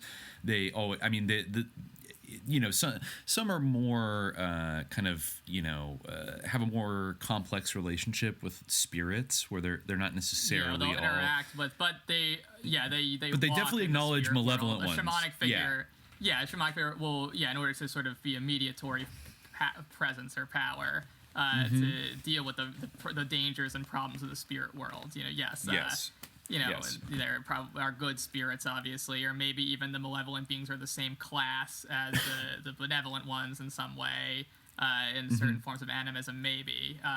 Although a lot of the time they have other, like, different categorizations of powers and things like that than those that can possess people. But spirit possession is a very widespread belief and phenomenon. I mean, I'm very much a believer in possession as something that is phenomenally real. You know, and I think that it comes down, as I've said on the podcast before, I think to the reality of the experience people have of being possessed by demons. And that's just simply how it is. You know, you being like, well, there's no such thing as demons doesn't change that person's experience. So it's really irrelevant. Like, your beliefs are irrelevant to, are ontologically irrelevant, not theirs, not their experience, their lived experience of being demonically possessed. So, exactly, I would agree with that. I would say I would err on the side of saying that it is something that is experienced as real in these cases, in some of these cases that happen, and you know, if somebody believes it's real, I think we've seen in various instances throughout history that we've highlighted, like, you know, maybe like the Salem witch trials or something, that then like going along with that belief and fighting that whatever force that is, like on its own ontological terrain, can be more effective than trying to convince them that, like, it's all in their head, or like they're being ridiculous, like, you know what I mean, like that's not a very effective way to And there's crossover between, of course, like mental illness or schizophrenia and jinn or demonic possession. But a lot of the time, there are traditional paradigms for dealing with these things. You know, again, like, it's an epistemic problem. Again, I would recommend that book, which deals heavily with this topic, not with the Catholic side, but with the Islamic side. Knot of the Soul, not as in like the knot you tie, by Stefania Pandolfo, which is like an ethnography of Morocco, and talks a lot about ruqya and healers, and basically the sort of epistemic clash between the psychoanalytic framework for dealing with mental illness and the traditional paradigm, or the Islamic framework, traditional Islamic framework for approaching this. And, you know, there's a lot of nuance going on there, even tension within, like, Islamic discourses themselves and within psychoanalytic ones, you know, internal tensions. But Anyway, I kind of digress. The point is, good book that deals with this kind of liminality or ambiguity between the sort of mental illness and demonic possession, and how to navigate the experience of it as being one thing, that comes into play. But it's really the one who's like the believer is the one who's saying like, well, science says there's no demon, and the one who like is experiencing something is the victim of possession. So it's like not even a matter of like belief versus belief and like people's beliefs being equally valid. It's someone like saying, I'm feeling this, and someone else saying, well, I don't believe that. So it's like really not even commensurate. That in that can't way. be true. But, yeah, exactly. Yeah. Why don't we believe people when they tell us this? Is at the very least not helpful. It's at the very least not helpful at all. And a lot of the time, exactly. Yeah, like if you have some way to solve it that is based on your ideas, then that's okay. I think as we've said in the past, like, yeah, okay, sure, well, show us your solution, but usually it's not something that is available. Like, you can't just reason someone out of this, or even deal with it through like the most advanced techniques of psychoanalysis or therapy. Of course. Although to get back to like the original part, the question of Gingy was asking us like what our thoughts were on dioceses like keeping exorcists in retention and training new ones. I have to say, like, at the bottom line, following on everything you just said, is like I support it. I don't see any reason not to. Yeah. To keep exorcists around. And actually, it's interesting. Yeah, you bring up the kind of the supposed clash between maybe like a psychoanalytical medical framework for approaching these cases versus believing in the religious whatever of what they're experiencing. But the Catholic Church actually does. I do. It is one of the things that I kind of admire about them, I have to say, just in this like isolated sense of this tradition they have carried on for probably, I don't actually know exactly when they started, but maybe that book you mentioned talks about it. But basically, they've been doing this for hundreds and hundreds of years and are still sticking to it. But they have updated. I guess they updated their rules in 1999 to help distinguish between genuine demonic possession and physical or psychological illness. So much like in the movie The Exorcist, they come at it from a much more kind of Father Karras kind of Jesuit, I would say, kind of approach, more so than maybe some people would think, where the Catholic Church goes through this kind of exhaustive process of investigating, kind of like the movie. Ever since I've heard, I mean, I guess maybe a lot of it is influenced by the movie The Exorcist and popular culture, but I think that is something that the movie gets right, and probably the novel in which the movie is based, that it's really hard to get something confirmed as demonic possession. Like, they're very scrupulous about investigating every other possibility before they decide, okay, we can perform an exorcism.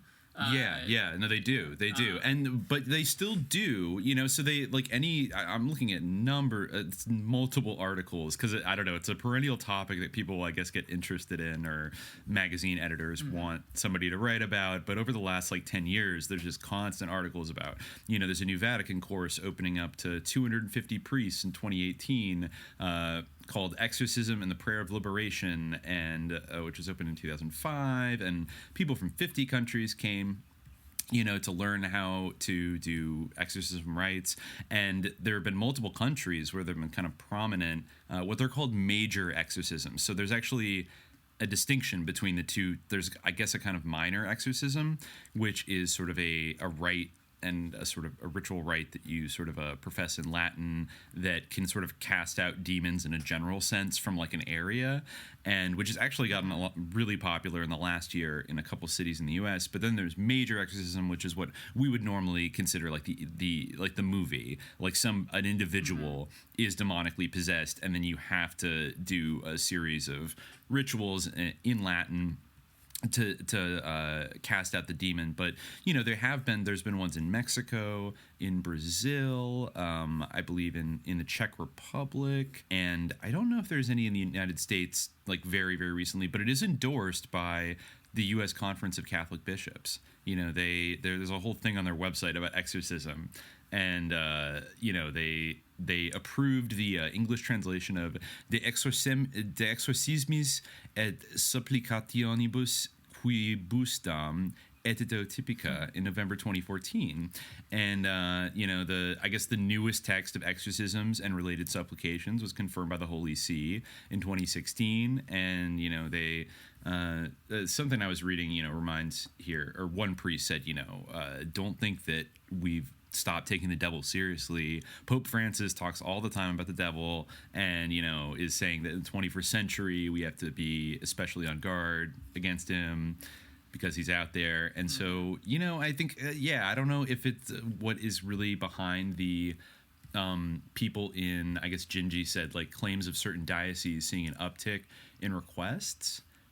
I don't have anything at hand that really... Oh, okay. There is something from BU Today, Catholic University, from 2015 that was like why Catholic exorcisms are rising by a professor here. Let me see. I guess it's controversial. Some people criticize Pope Francis for trucking in superstition, for kind of going off about... It's really funny because, like, if you believe... Like, it's ridiculous to... I mean, I almost feel like if, they also do confessions to absolve people of their sins and things like that, and they also like give people transubstantiated wafers and things, but I don't understand. So what's the difference? Like, why not retain exorcists? Like, you already are like supposedly God's anointed one true institution on earth, established, to communicate. Why would you not do that? Him. Like, why would you not have exorcists? Like, there's all like it's interesting that would be sort of... It's almost like what a demon would say. Like, like... Yeah, it is almost like what a demon would say. What a demon would say. Like, well, it's... why would a religious organization have exorcists, like, in this day and age? Like, well, why not? I mean, it's a church. Whatever. Yeah. No, it's a church. And you know what? There's also an interesting... That's a big part of the New Testament is, I am legion, etc. Jesus does it. Yeah, and of course, there are other, like we said, there's a lot of religions that engage in it, including certain strains of Protestant Christianity, like Pentecostals, that have exorcism rituals and stuff. But I think that particularly vis-a-vis other Christian churches, the Catholic Church has always been a little, like, very... like jealous in like the kind of classical sense, in like the Ten Commandments sense of like they've jealously guarded their institutional rights for exorcism and kind of poo-pooed the other Protestant denominations that run around like casting out demons and stuff like that as basically kind of like reckless, not very effective, and potentially like dangerous, and that like they have the real formula, like the blueprint to fight the devil, and that's kind of why they make a big show of how careful their process is and how they do absolutely everything. And I think oftentimes they're even critical of other religions kind of jumping the gun and trying to do like bootleg exorcisms that end up, often abusing the person that is possessed. Refrain because abusing the person or being dangerous. It's a common thing with dealing with demons. Or spiritually dangerous. If you're trying to do good, exactly. If you're not doing it well, and even Catholics who aren't properly trained or spiritually prepared, I would imagine, would be vulnerable if they were engaging with the devil or a powerful demon in the process of an exorcism. So probably, there's a high bar, I would assume. Yeah. Actually, this BU professor says something.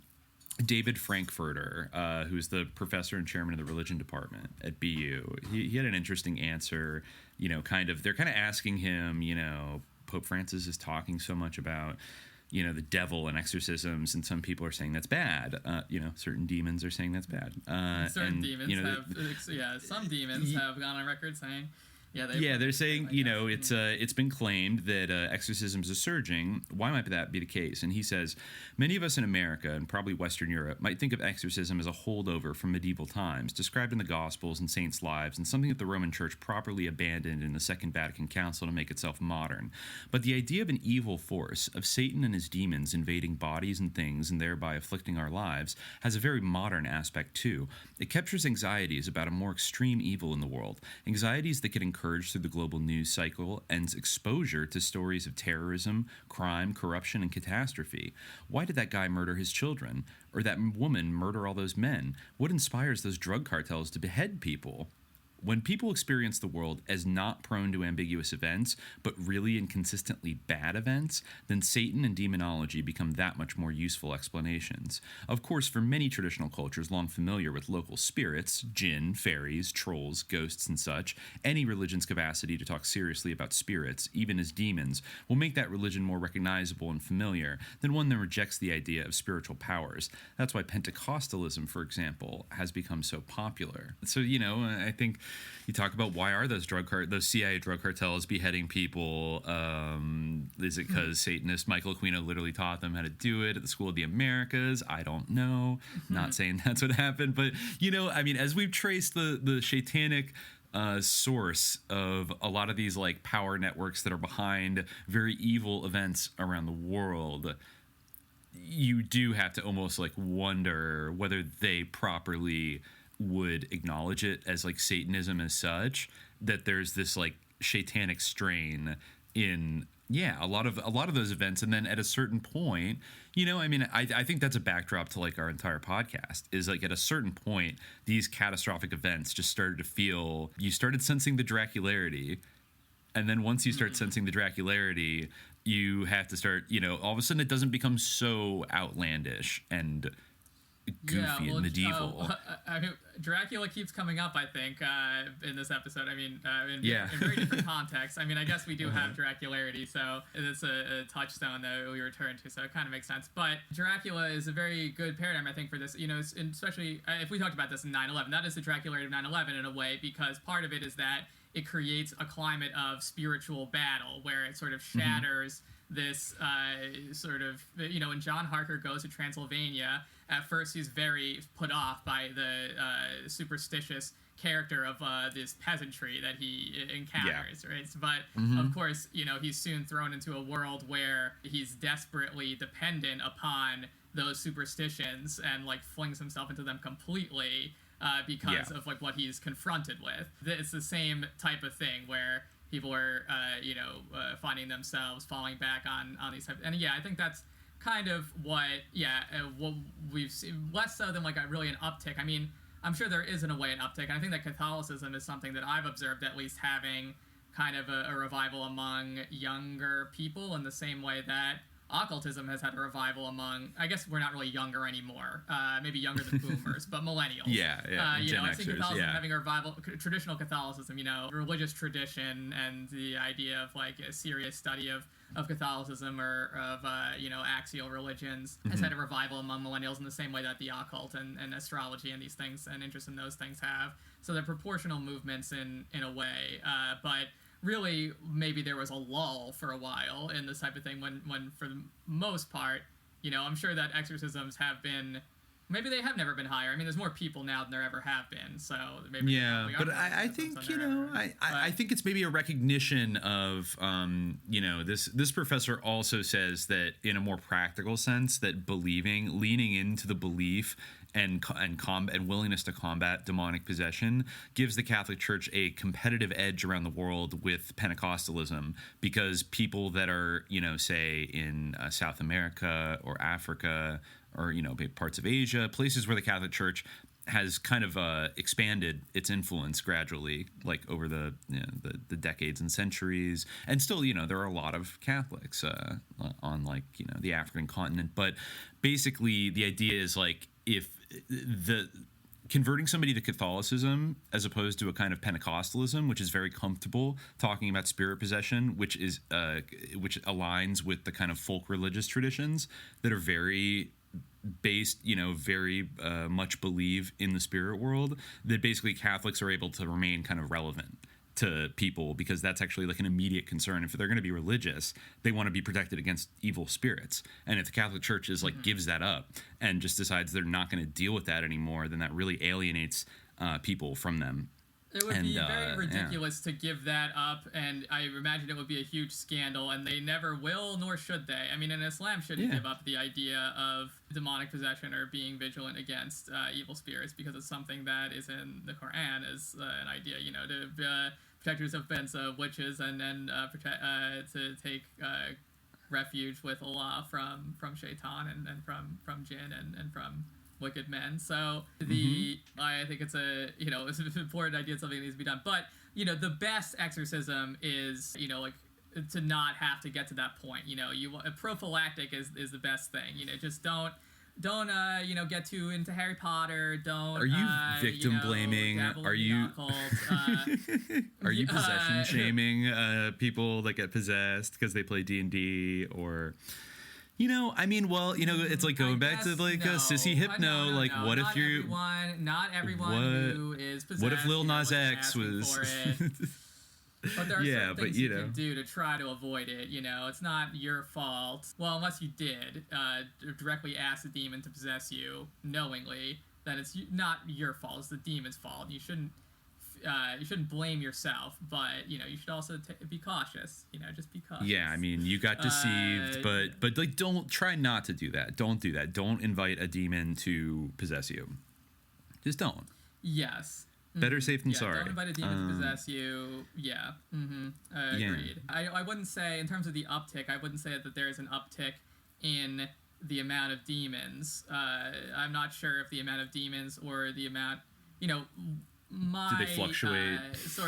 My ontology of these things is a bit different from the Catholic one, but I don't know if the amount of possessions really has changed or the amount of spiritual or malevolent predations from beings that are of a different order from humans, if that's really increased or if it's just that people have become like a bit more vigilant. But I think at the same time, like I said, people have become more vigilant, but that's also kind of partially because people have become more like curious and like all about like consorting with demons as well. So it's definitely it's definitely a sinister dialectic because the more that Lil Nas X twerks on Satan's lap and sells blood shoes, the more people are going to get kind of upset by that and start actually like actively resisting the satanic imagery that is embedded in like our pop culture more and more openly. It seems every year.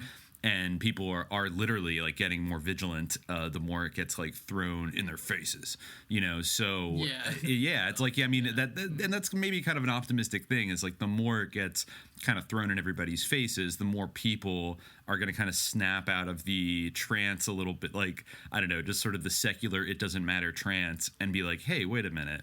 Like, Satan's supposed to be like a villain. Like, why are you identifying with like the father of lies and evil and like deception? Like, he's not cool. He's not fucking cool. Self-delusion. There's so much self-delusion around it. Did I mention on the podcast? I think I did.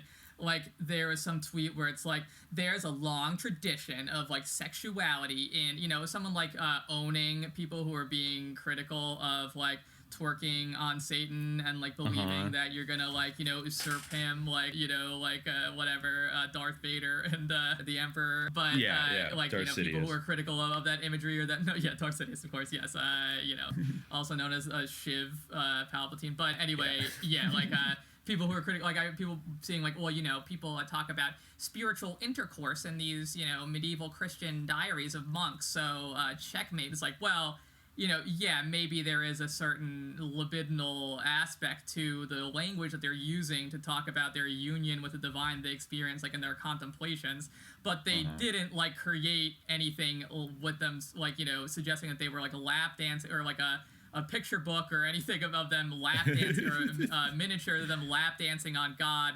And even if they did, that would be God, not the devil. That's very different. Like, that's not the same. So, like, if people just marshal their knowledge to try to defend this, not even really even thinking, like, whether there really is an analog here, and trying to suggest, like, I've been saying throughout this episode, like, trying to talk about what the precedents for certain modern phenomena we see are, but that's something that, There are some precedents, there are sometimes people joke about the devil, people make ironic remarks about Satan. I think I maybe mentioned on the podcast before, there's one miniature painting where, an Islamic miniature painting, I forget from what, I think it was a Safavid painting, but I don't know. Definitely was Safavid, but I don't know what exactly it was, but it depicts like some people committing sodomy, and the devil was there like saying like, don't blame me for that, like I wouldn't even think of that. So there's these little jokes or people taking on the persona of devil worshippers to kind of they'll praise the Sultan by saying like, oh, poor Satan, he's been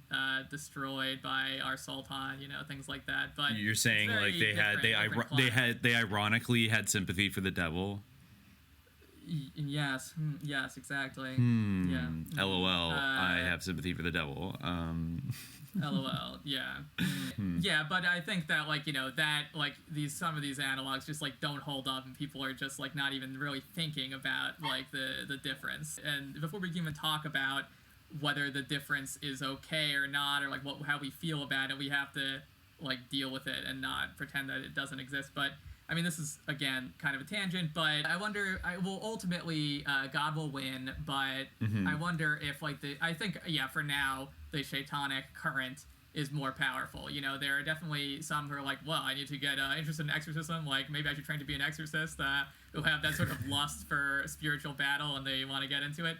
But I think for the, most part, even if there has been an increase in kind of maybe sensitivity to spiritual matters or religiosity or to the unseen world, maybe the end of the 20th century in some ways, I think still, it's mostly been kind of dark. Most of that is being directed in dark direction. It is being pushed into dark directions. Yeah. We're definitely seeing a resurrection of certain dark vibes, but also the lines are being drawn where you have to pick: are you pro Shaitan or anti Shaitan? It is coming down to the ultimate Hegelian dialectic of are you with Shaitan or are you with? There's truly nothing new under the sun.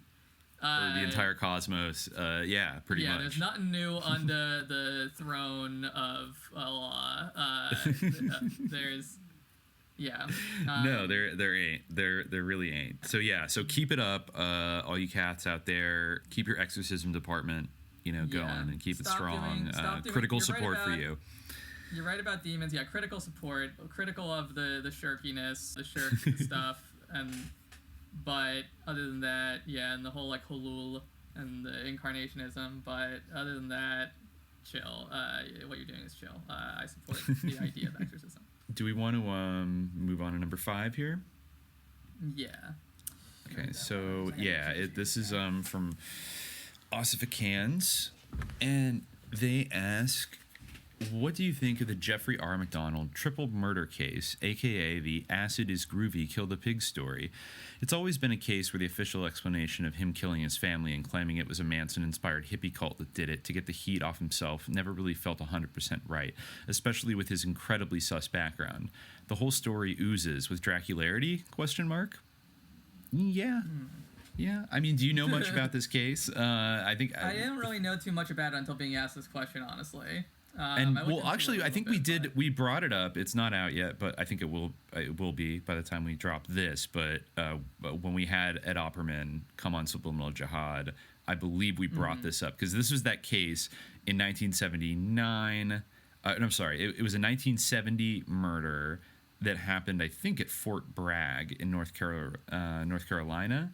And remember, we were talking about it was the first case, I guess, on the appeal that Ted Gunderson got involved in 1980 to try to get him off. And it was the first time he kind of went out there. It was right after he retired from the FBI and was claiming that there was some, I forget exactly.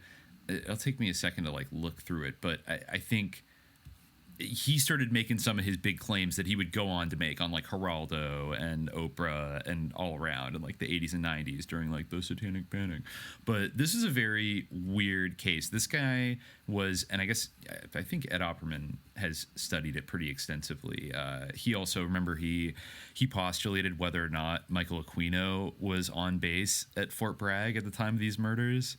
And I think, I don't know if he exactly was in February 1970. It's possible that he was still in Vietnam at that point, or he maybe had just come back. But he was in and out of Fort Bragg because he got Green Beret and Special Forces high-up training in 68, I think in 69. So he was around North Carolina at that time on the same base. But this guy, Jeffrey McDonald, was a former physician and U.S. Green Beret.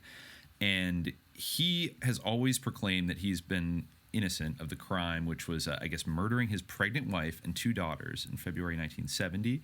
And his story was that there were 4 intruders to his house. 3 male, 1 female, who broke in and attacked him, his wife, and his children with knives, clubs, and ice picks. And, prosecutors thought instead that, he did it. And I guess he's lost all of his appeals. But apparently this is one of the most litigated murder cases in American criminal history, which is kind of staggering, and he's... Yeah, and because the motive right off the bat, it's kind of like, okay, this is weird. Well, okay, he was he's actually from Long Island, and let's see, yeah, he met his wife in like 8th grade, and I guess they, became friends and were real like true love kind of soulmates or whatever, High school, and middle school sweethearts. Yeah, in middle school sweethearts, yeah. And then, I don't know, they broke up, they got back together. He got a scholarship to Princeton University, enrolled as a pre-med, and he broke up with what's her name? Colette Catherine Stevenson. And he went to Northwestern University Medical School in Chicago, and let's see...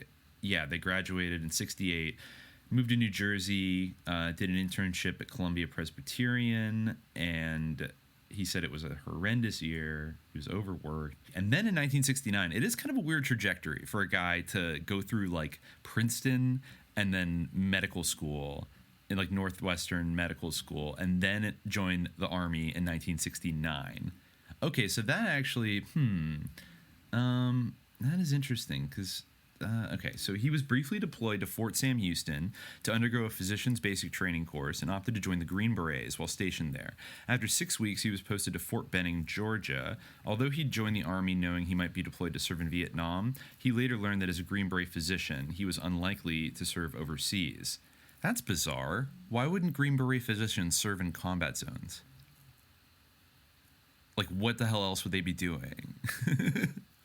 The medical experiments on people, maybe? I don't know. So, yeah. I don't know.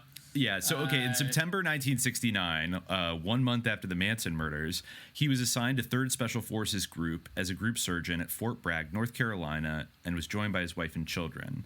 And he lived in the part of the base reserved for married officers that had military police security. The couple became popular among their neighbors. Wow, he bought his daughter, in Christmas 1969, he bought his daughters a Shetland pony, anticipating the family would soon relocate to a farm in Connecticut.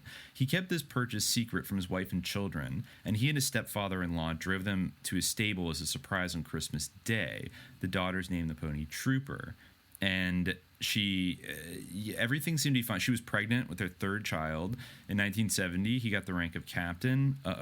He was planning to study advanced medical training at Yale University upon completion of his tour of duty. This is like a play-by-play of basically of the night where it seemed like a pretty normal night on February 16th and 17th. He was like playing around with his daughters. They were watching Johnny Carson. And then his story about that he gave of what happened, which was determined to be a made-up story, by the courts. Really something. Yeah. Mm-hmm. Yeah, by the courts, it was determined to be a made-up story. Yeah, maybe it happened. I don't think so, though. Yeah, this is what he did. He called at 3:42 a.m. on February 17th. They got dispatchers got a call from McDonald, who faintly spoke in the receiver, "Help. 544 Castle Drive, stabbing. 544 Castle Drive, stabbing. Hurry." The operator then heard the sound of the receiver clatter against a wall. Within 10 minutes, they got there, and they found the front door closed and locked, and the house dark inside. They went around the back, and they discovered the back screen door closed and unlocked, and the back door wide open. And then... Colette McDonald was discovered sprawled on the floor in the master bedroom. She lay on her back with one eye open and one breast exposed. She had been repeatedly clubbed about her body. The pathologist would note these wounds had likely been inflicted as Colette had raised her arms to protect her face. She'd been stabbed 21 times in the chest with an ice pick and 16 times about the neck with a knife. But then beside her Jeffrey McDonald. In 2 places. This is like Richard Ramirez, like Phoenix program stuff. Jeffrey McDonald was found lying face down, alive but wounded, with his head on Colette's chest and one arm around her neck. As military personnel, he whispered, "Check my kids. I heard my kids crying." And both kids were brutally stabbed to death in their beds. And on the headboard of the McDonald's marital bed, the word pig was written in 8-inch capital letters. The blood used to write this word was later determined to belong to Colette. So very similar to the Manson, the Cielo Drive murders. And this is bizarre. After received impromptu resuscitation, McDonald sat upright, then exclaimed, "Jesus Christ, look at my wife. I'm going to kill those goddamn acid heads." Yeah, I know. That's like a line that's like, all right. Yeah. What the hell? Yeah. Yeah, so I guess his story was that wow, okay. So he claimed at 2 a.m. he had washed the evening's dinner dishes and went to bed. Although his daughter had wet his bed, so he had taken her downstairs. Right. And he was awakened by Colette and Kimberly's screams. Yeah. So, okay. So he slept downstairs. Yeah, he was sleeping on the couch. Yeah. Okay. Because he didn't want to change the sheets and wake her up, and then he heard his wife screaming, "Jeff, help! Why are they doing this to me?" According to him. Yeah. So he went to go to their aid and was attacked by 3 male intruders, 1 black and 2 white. The shorter of the 2 white men had worn lightweight, possibly surgical gloves. A 4th intruder he described as a white female with long blonde hair, possibly a wig, and wearing high-heeled, knee-high boots and a white floppy hat partially covering her face. This sounds like a Findom attack. The individual stood nearby holding a lighted... she was holding a lighted candle chanting, "Acid is groovy, kill the pigs." Chanting, "Acid is groovy, kill the pigs." Wow. Yeah, so the 3 males then attacked him. It was Bernadine Dorn. The 3 males then attacked him with a club and an ice pick, with the female intruder shouting, "Hit him again!" During the struggle, his pajama top was pulled over his head to his wrist, and he had used his bound garment to ward off thrusts from the ice pick, though eventually he was overcome by his assailants and knocked unconscious in the living room and to the hallway leading to the bedrooms. When he regained consciousness, the intruders left the house. He then stumbled from room to room, attempting to wrath substitute upon each of his daughters to no avail. That's odd that he said that in his account. When he woke up, he was like, "Check on my kids. I heard my kids screaming." He'd be like, "I know that my kids were attacked because I tried to get it." But anyway, then he discovered his wife. He pulled a small knife from her chest and tossed it to the floor, and he attempted in vain to find her pulse. Then he phoned for help. According, that's his account. But yeah, I mean, it's a very bizarre and eerie tale. It seems not true. I'm not saying that I don't know what happened, but I mean, I think he probably did. I don't know. What's your take? Do you think that it was some kind of psyop on him or on the country at large? The fact that it happened. When did it happen?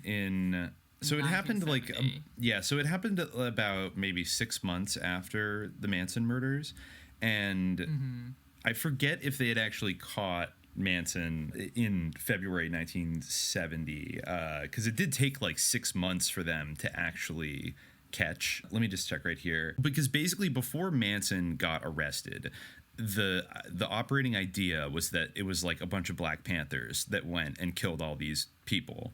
And, they wrote like "political piggy" on the wall in blood. So, I guess McDonald's thing was that this was maybe a copycat like Manson murder. But the fact that we know all the sus connections like the Manson family had, and I don't know, the whole Mae Brussel kind of theory that there was some kind of like Operation Chaos thing. And then the fact that like this happens at Fort Bragg, the center of like special forces that were, like that just feels a little bit too bizarre. And I guess, I guess I'm trying to look through right now and see. Yeah, it just doesn't add up to me either that, I don't know, that he would do this and then just like make up a goofy story and lie about it. But at the same time, there's definitely something missing. I don't know. They did all kinds of things. They didn't really have DNA evidence initially. I mean, you could say that maybe it was an op to suggest that there were more of these Manson cells to like stoke panic or wider belief in this, or to perpetuate the meme in some way. But I don't know. It does seem pretty guilty to me. I mean, one like big thing is why didn't these intruders kill him? Why was he the only one left alive? Well, I mean, to be the patsy, to be the, to be set up for it or something, I guess. Or maybe they thought they killed him and then, they decided to after the fact, because they didn't arrest him right away. They were really sure about they really, went overboard with the others, though. They were really, sure to do this. What do you mean, the others? Like, that they, they really, butchered. Oh, yeah, like really killed them. Yeah, you're right. You're right. So maybe I don't know, maybe they decided to leave him alive because they thought, nobody's going to believe you. I am seeing here that, in 2012, he appealed this a few times. He actually got let out of jail. The Fourth Circuit of Appeals overturned his conviction in 1980. So, like, kind of right after he got convicted, and because they concluded his right to a speedy trial had been violated, and he was released. But then 2 years later, the Supreme Court reversed that ruling and sent him back to prison, which kind of seems like that's a big thing for the Supreme Court to, like, step in and be like, oh, that guy who got exonerated, like, send him back. So I don't know. But then, like, over the years, when DNA testing came about, he tried to get testing of the evidence to prove someone else killed his family. In 2006, a strand of hair from under 2-year-old Kristen's fingernail could not be matched to anyone. In 2012, he got a new hearing, and the lawyers for McDonald said he deserved a new trial for several reasons, including that a deceased U.S. Marshal was reported to have said he drove Helena Stockley from South Carolina to McDonald's trial in 1979, and she admitted being in the McDonald home during the murders. However, the Marshal allegedly said Stockley was coerced by a prosecutor to keep that to herself, lest she be charged with murder. So I don't know who that is, Helena Stockley, but I guess maybe she was the white lady who, like, the Findom. Yeah, allegedly. According to Ted Gunderson, she confessed to him that, I see. There was a drug cult that she was in, and they hated McDonald because he wasn't treating heroin and opium addicted patients. Really? And so they plotted to seek revenge on him. Yeah. Interesting. So according to Gunderson, yes. So McDonald's attorneys filed an affidavit on behalf of Stokely's mother, who stated that her daughter had twice confessed to her that she was present at McDonald House in the evening of the murders and that her daughter was afraid of the prosecutors. McDonald requested to expand his then outstanding appeal to include this affidavit alongside all the evidence amassed at the trial, the developments which he claimed had been subsequently discovered, including the 2006 results of DNA testing, and the statements of individuals to whom Stokely had made these confessions. This appeal also alleged the trial statements of prosecutor James Blackburn should be considered unreliable, as he had been convicted of fraud, forgery, and embezzlement, and subsequently disbarred in 1993. These motions were denied based on jurisdictional issues, specifically that McDonald not obtained the required pre-filing authorization from the circuit court for these motions to the district court. So I wonder if there were any further developments with that, because they were denied at that time. It seems like on mostly a technicality. Yeah, very kind of odd. I think even did Errol Morris do a documentary about this guy too? Yeah, he wrote a book. He had a book called There was a ethics documentary, A Wilderness of Error. Points the lens back. Interesting, but he points it back on himself. Yeah, I guess maybe he wrote a book. Apparently, also, according to, there's a book called Fatal Vision, which is, about this by Joe McGinnis, and it alleges that he was on Escatrol, a lot of Escatrol. So what is Escatrol? It's a murder-suicide pill. Oh, no. Basically, no. And it's dextroamphetamine sulfate, prochlorperazine, which is like an antipsychotic, I guess. It's like a stimulant with amphetamines that also, I guess, maybe has some other uses. But yeah. Sounds like Captagon, the favorite drug of ISIS. Interesting. Yeah. It was in an effort to lose weight, apparently, via a weight control program for his Green Beret unit. A weight control program. So yeah, Joe McGinnis' theory that he had was that he had a psychotic rage, possibly, and he just snapped and murdered his family, possibly due to his abuse of the drug. Yeah. Maybe they were on murder-suicide pills. Maybe it wasn't even really Escatrol. This just feels, who the hell knows? And I'm just looking at the Errol Morris thing, because Errol Morris is sus. Remember, he got hired to do like an internal documentary about Theranos, and I feel like he's popped up in a few other. He did the Wormwood documentary about Frank Olson and MK Ultra with Cy Hirsch, which was like kind of interesting, but also really, I don't know, everyone involved in it felt kind of sus. Like he's he's one of these guys that gets to run around with like the power elites and be like Mr. Documentary. And he kind of co-produced the FX series with a guy who had worked on The Jinx about Robert Durst, where they got him to like confess like in the bathroom with a hot mic. And then also the Capturing the Freedmans, which I remember, I think it was like Oscar nominated, was kind of this big deal, but I remember going back and watching it more recently and kind of sus. Like it's really kind of it's about this guy who like discovers, I guess, that like his dad was like a pedo in the 80s in Long Island, and I feel like it ends up kind of like that like one of the brothers like loves his dad, but it kind of takes like a satanic panic attitude of like the community like ganged up on him and like kind of like Freddy Kruegered him and like ruined his life, even though they found like child porn like hidden in like his basement that he'd ordered from like the Netherlands and stuff, but like he denied that he was actually abusing boy. Just very weird. And but then was like celebrated by Hollywood. It's like this amazing complicated story of when people get crazy and start to just like like lynch a pedophile. So I don't know. And then the Ted Gunderson aspect on top of it, where this is where he really cut his teeth, kind of trying to get this guy released and whatnot. I don't know. It just seems like there's something very weird going on, but I haven't done enough of the original digging to give more granular, I think, analysis. Yeah, it is that. an interesting story, especially, like as Osifican said, in terms of his background. His military background is involved in the Green Berets. I would lean towards the idea that he did it. I don't know where Helena Stokely features in. I mean, I don't necessarily believe... I definitely don't believe his story. I don't think his story is true, but maybe like the official story isn't true either, and he may believe that he didn't do it. It's possible. I mean, I don't know. Or he didn't do it alone. Was he hypnotized? Was he like hypno-kinked by like whoever trained Aquino at Fort Bragg? It certainly seems like an illusion that would be created by a hypno-kinkster with the thigh-high boots, the thigh-high heels, and a blonde wig, holding a candle, chanting, "Acid is groovy, kill the pigs." Acid is groovy, kill the pigs. It's sort of like, I mean, it's sometimes like, with you mentioned Bernadine Dorn. I guess some of her statements really would be like that absurd, but it kind of has like a like the same vibe as that guy who spray painted his driveway with a Black's Rule and was like, Black Lives Matter protect my it kind of has a Black or like an vibe incorrect like Anarchy A.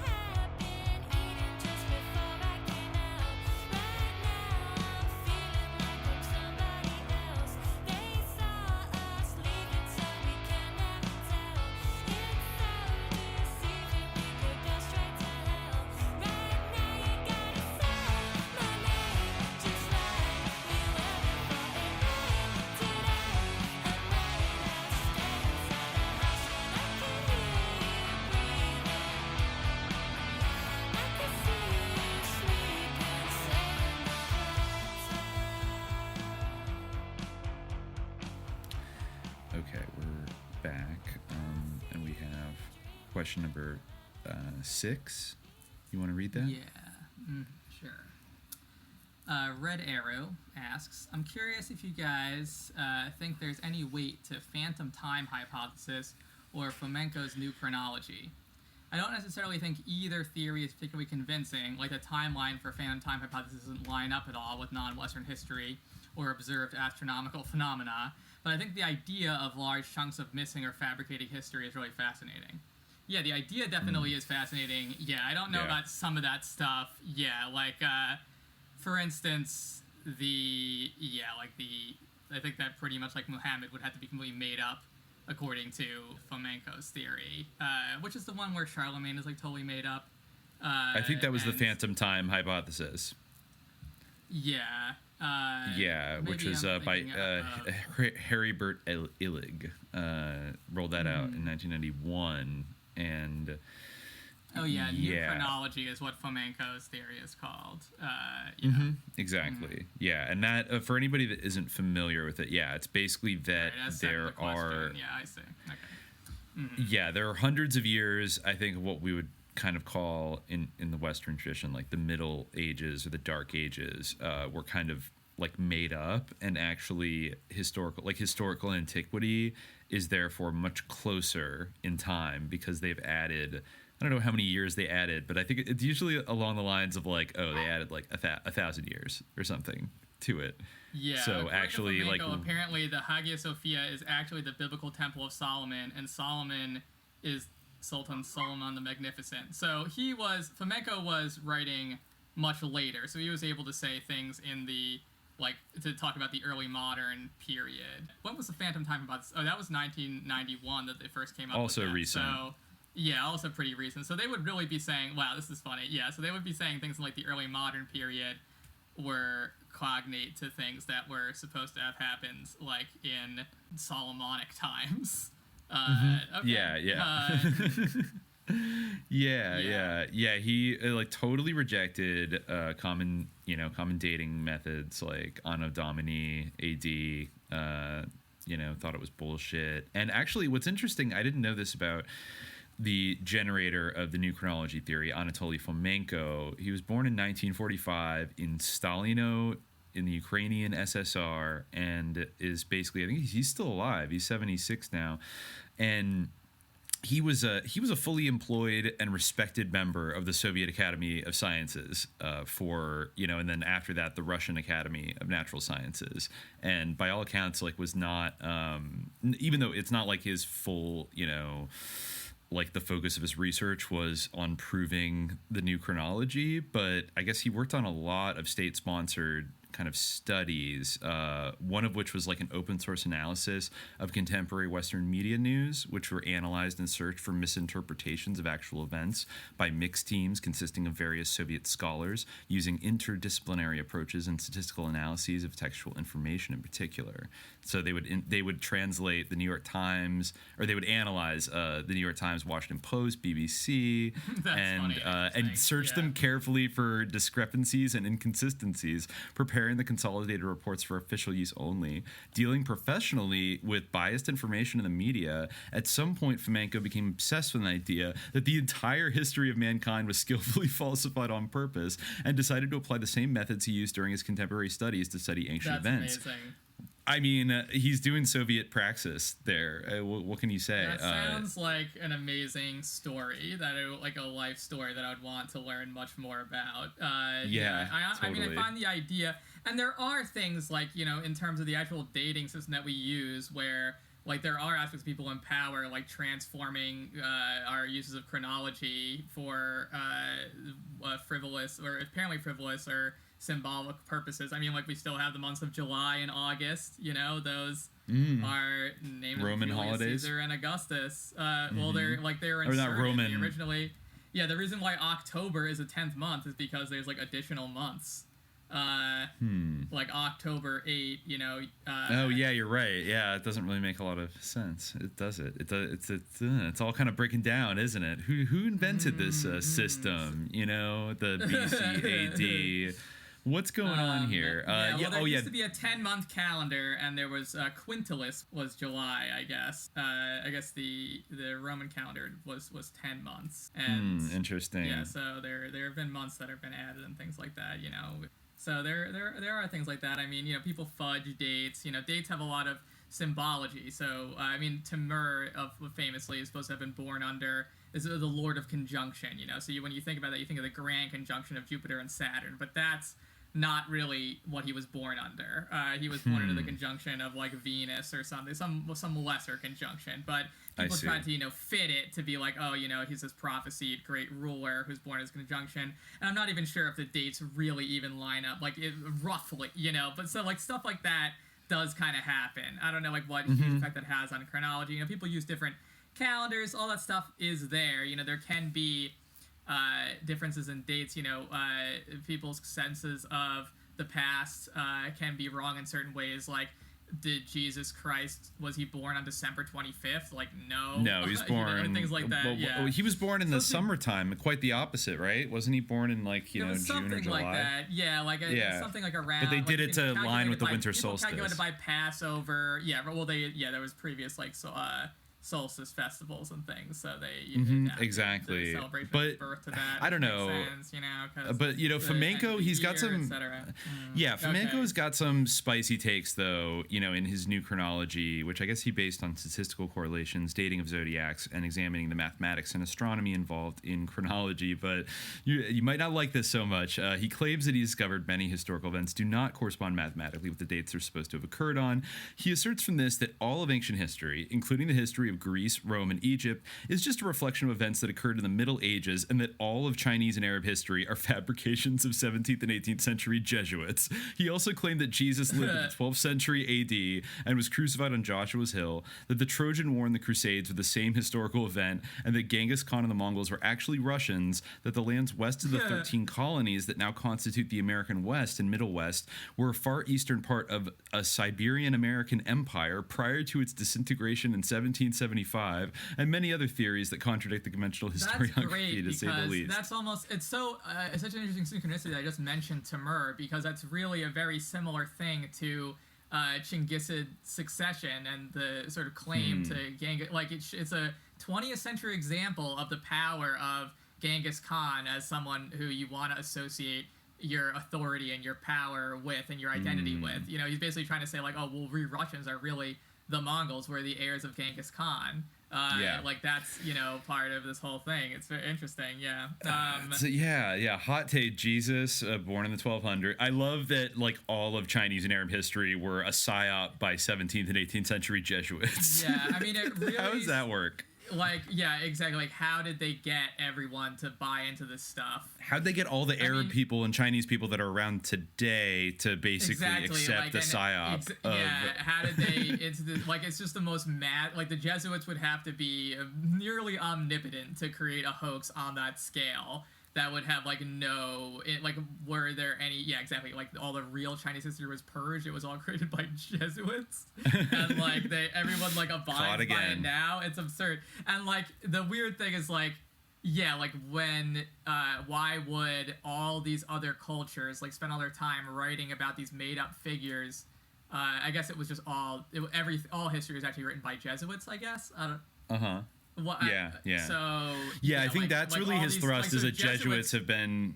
So Jesuits were like writing in all these different languages, like they were writing the Chinese chronicles and everything. Like they spread out around the world and they created entire. To what end? I don't know. You think they'd be further ahead of the game now if they really were behind everything. The end would be to like erase the great like Russian, Mongol, American empire and like to try to destroy and undermine it. And that's why. I guess. What was up with the Siberian American Empire like receding in 1775 and then immediately America gets founded? What's up with that? Doesn't seem like a coincidence. No, but was America really founded in 1776? I don't know if he thinks that. I don't know. I really don't know. When did events start to become like in sync? Like when were we able to start accurately at least tracking like when did it go wrong, basically? When did people just stop being like totally psyops but like somehow not recording anything about like the real world that they were experiencing? I really don't know. I don't know. I'm kind of interested to get a little more detail on exactly, because I heard on a podcast a few years ago him being flamenco and his whole theory being discussed, and I did think it was fascinating, partially in its boldness of just asserting like entire centuries didn't happen and everything is like much closer. But I am curious kind of like the actual dynamics of working at a theory like that, because you kind of do have to like rearrange everything. You gotta, I don't know, there's a lot of things you kind of have to answer for in a theory like that, of when did the skip stop. Now the other thing you mentioned was the phantom time hypothesis, which Red Arrow says doesn't line up at all with non-Western history or observed astronomical phenomena, but that one's a little bit, I think, more circumspect in comparison. I believe it all it says is that the entire Carolingian period, including the figure of Charlemagne, is a fabrication, and that was and there was a phantom time of 297 years, AD 614 to 911, added to the early Middle Ages. Now that I could almost, at least in, I don't know, in Europe, I could almost kind of see, because it is, I don't know. I mean, the whole Dark Ages thing is kind of bullshit, right? Yeah, the Dark Ages thing is bullshit. The idea, I mean, obviously that, for the Middle East, it wasn't a Dark Age at all. But I mean, even for Europe, where it was like quote unquote dark, like things were still going on. It was just kind of like early. Things were going on. There were still innovations. There was still thought happening. Yeah, it's really and the Byzantine Empire was like chugging along this whole time, right? Yeah, exactly. Mm-hmm. Yeah, so like, it's not. Yeah, the Greek knowledge wasn't really lost like in Byzantium per se. So it's like the idea that happened. It's more of like a Renaissance fable, a lapsarian kind of image of history, where like obviously something that was made up by people in the Renaissance who saw themselves as like the retrievers of Greco-Roman knowledge, Greco-Roman antiquity, which this was like a social phenomenon that did have certain reality, but it's not an accurate representation of the Middle Ages, that they were like a time of darkness or of lack of thought, or maybe a certain posse of sources maybe was the original idea behind it even, but it certainly is like not true, and no medievalists subscribe to that at all. Like no serious think of the Dark Ages, obviously. Apparently, the Phantom Time Hypothesis guy was like buddies with Immanuel Velikovsky, the world. Yes, I saw that. Yeah, and he was the one, I think I might have read it was either his book or a book about him. Yeah, he was like a catastrophist, basically, and I think he was the one that had that idea that Earth was like 20,000 years ago or something, was a moon of Saturn, and then like a planet came in and like disrupted it, like ripped us away from its orbit. And thus, like, there's like this deep human memory of growing up in the shadow of Saturn, and that's why like cults are all obsessed with it. It was kind of interesting. It's like wild stuff. But yeah, he said that it had been a proto-Saturn body, or he said the deluge, Noah's flood, had been caused by proto-Saturn entering a nova state and ejecting much of its mass into space, and suggested the planet Mercury was involved in the Tower of Babel catastrophe. Jupiter had been the prime mover in the catastrophe that saw destruction of Sodom and Gomorrah, and periodic close contacts with a, quote, cometary Venus, which had been ejected from Jupiter, caused the Exodus events, and Joshua's subsequent sun standing still. And yeah, like I guess, just like our close contacts with these celestial bodies, going back to the first question, really kind of fucked our shit up at various times in deep antiquity. But I don't know. Yeah. Is it weird to say I don't know. Yeah, it is definitely weird, and I do not think that it's true that the figure of Charlemagne in the entire Carolingian period was made up, because for the main reason being that you can really follow like the discourse around a lot of these major figures and events across, definitely into like what became like the Islamic world, and into the Byzantine Empire. Like they talked about these people and these things, like, and these events. There was like a connected tapestry of history. So you can't really take that time from one without the other. It would have to all be adjusted. So you get to the point of, like, why did they all conspire to do this? And it would basically, it really would kind of require, it's a huge deal that it encompasses the life of Muhammad, like, and really, like, the crucial first centuries of Islam. Again, that is a period that people, like, don't know much about. It's true, there aren't many sources from that time about Islam, so...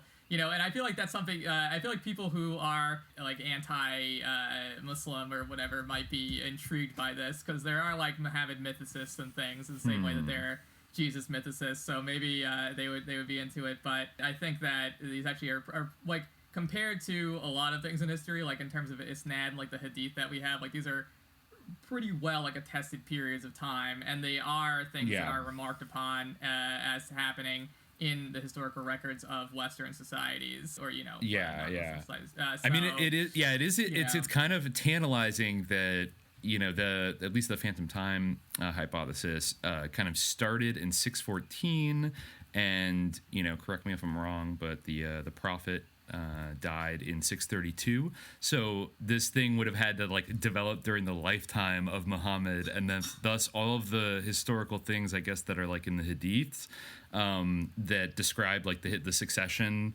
and the whole Sunni and Shia thing. They obviously and, don't subscribe to succession because, not prophetic hadith, because those are his. Sorry, not the prophetic hadith, he but was dead. But yeah, our history, which is the subsequent writings, which there is not too much from those early days. Most of the materials that we have are 8th century, so the early stuff. The early stuff is there's more actually coming. There's a lot of interesting work happening in that area in terms of the 7th century, and we do have Qur'ans from around the time of the Prophet and such things. So that are dated to sometimes using the inaccurate methods of radiocarbon dating or whatever that obviously are all falsified and don't work and just suggest these false history. Well, why would you make up Islam if you were Christian? Because that would be if you you'd be competing with yourself. That evangelicals have. I've heard evangelicals say that Catholics made up Islam and that it was a Catholic plot and heresy, and that they were basically the same thing. Because but that's sort of your evangelical demonic Catholic thing that you hear a lot, where it doesn't necessarily have to make too much sense. But I feel if you're Christian, you would not want to make up Islam because it's a big competitor and it's very hard to convert Muslims compared to non-Muslims to Christianity. Absolutely.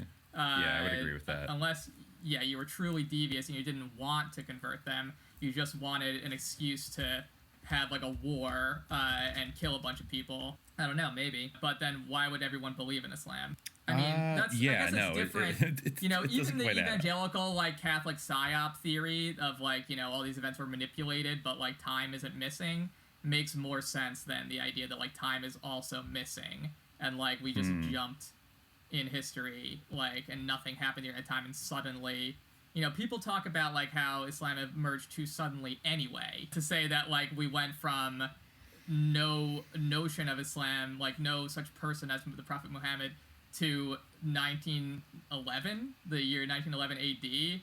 That would be crazy. That would mean that so much would be made up, the whole Umayyads, a big chunk of the Abbasids, I think would even be made up at that point. So Hussein, Hassan, all that stuff would be made up. So yeah.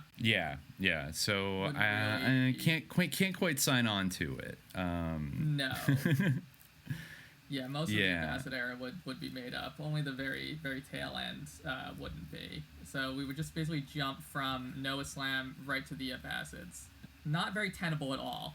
It's pretty much a huge transformation, an enormous transformation. But, I don't know. It's bold. I admire, the boldness of it, kind of. But admire ultimately, the boldness. The idea is interesting. And like you said, there are certain things like that where chronology and time is manipulated for political purposes, but maybe nothing quite so enormous. Nothing on that scale.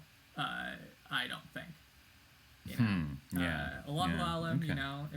if I'm wrong, I say Allahu Alam, maybe a religion that just popped up somehow in this entire made up period of time. Sure.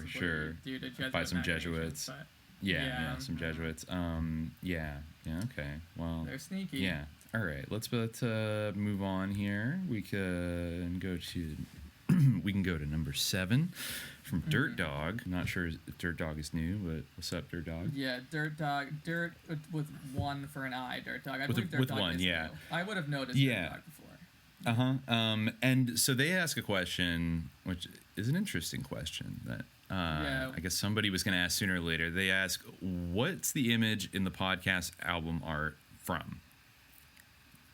Well, I think they already solved it in the grotto. So it's this is kind of a whimsical, or spur of the moment choice, actually.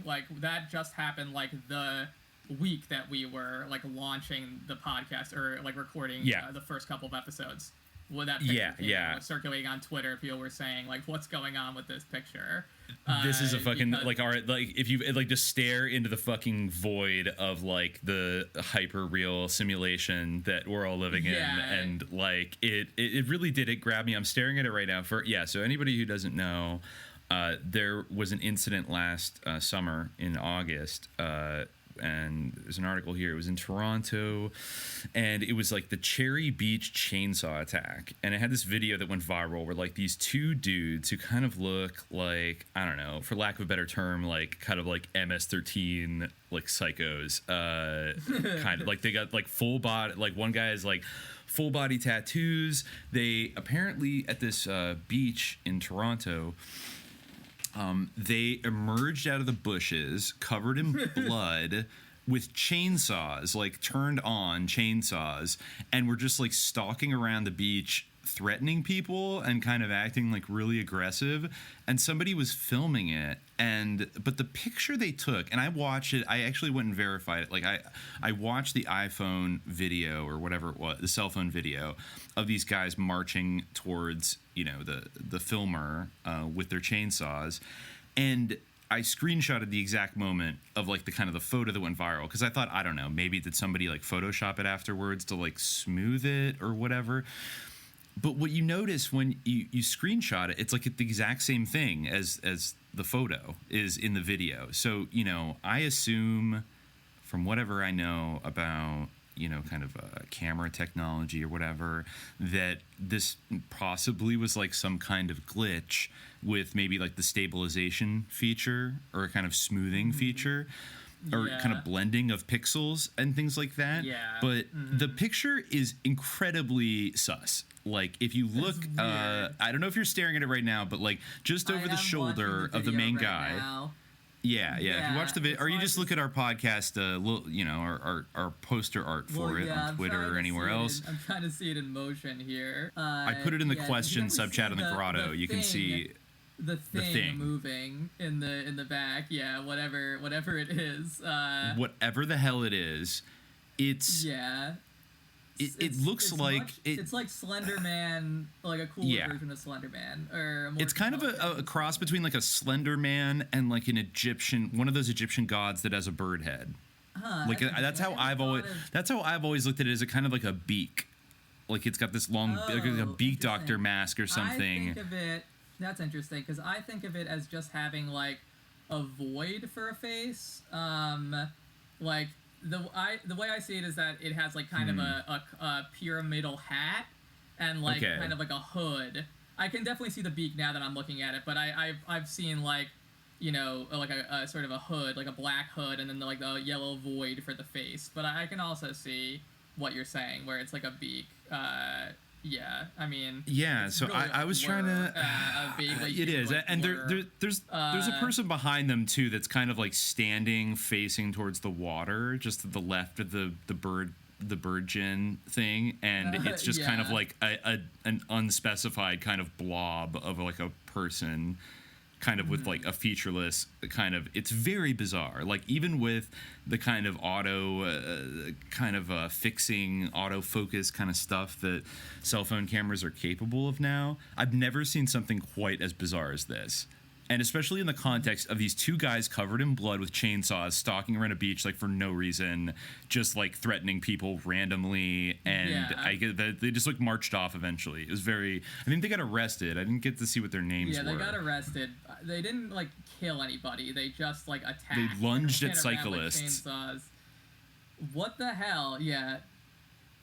And this Jinn, this like bizarro like Jinn is like just lurking in the background, staring. It seems like staring straight at the camera, like it knows what's going on. And also, you know, it's like the kind of thing. Also, I think when people on Twitter are posting about it, like if you kind of look at a small version of it or look at it like far away, it doesn't quite jump out at you at first. It's like, oh, there's somebody like blurry in the background, kind of like watching the situation. But then it's like the closer you go, the less sense the picture makes.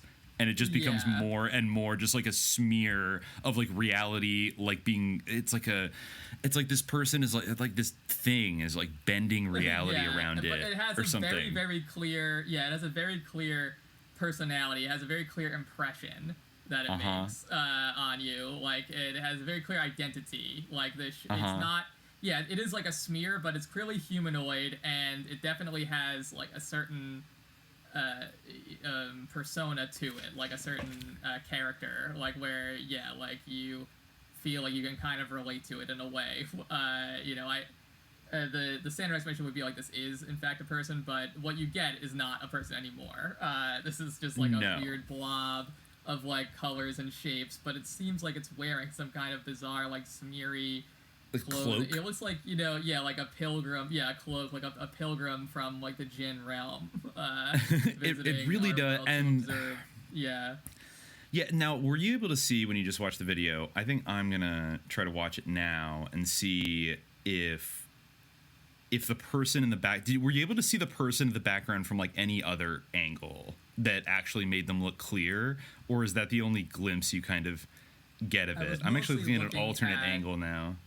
I was mostly looking at the Jinn type figure. I wasn't really looking at the other person. I am seeing somebody walk around in the background. I'm walking right now, and I see a bunch of people, like, in the background, like by the trees. But that's okay. I got like another screenshot, because the first time I tried to do the most accurate of the screenshots.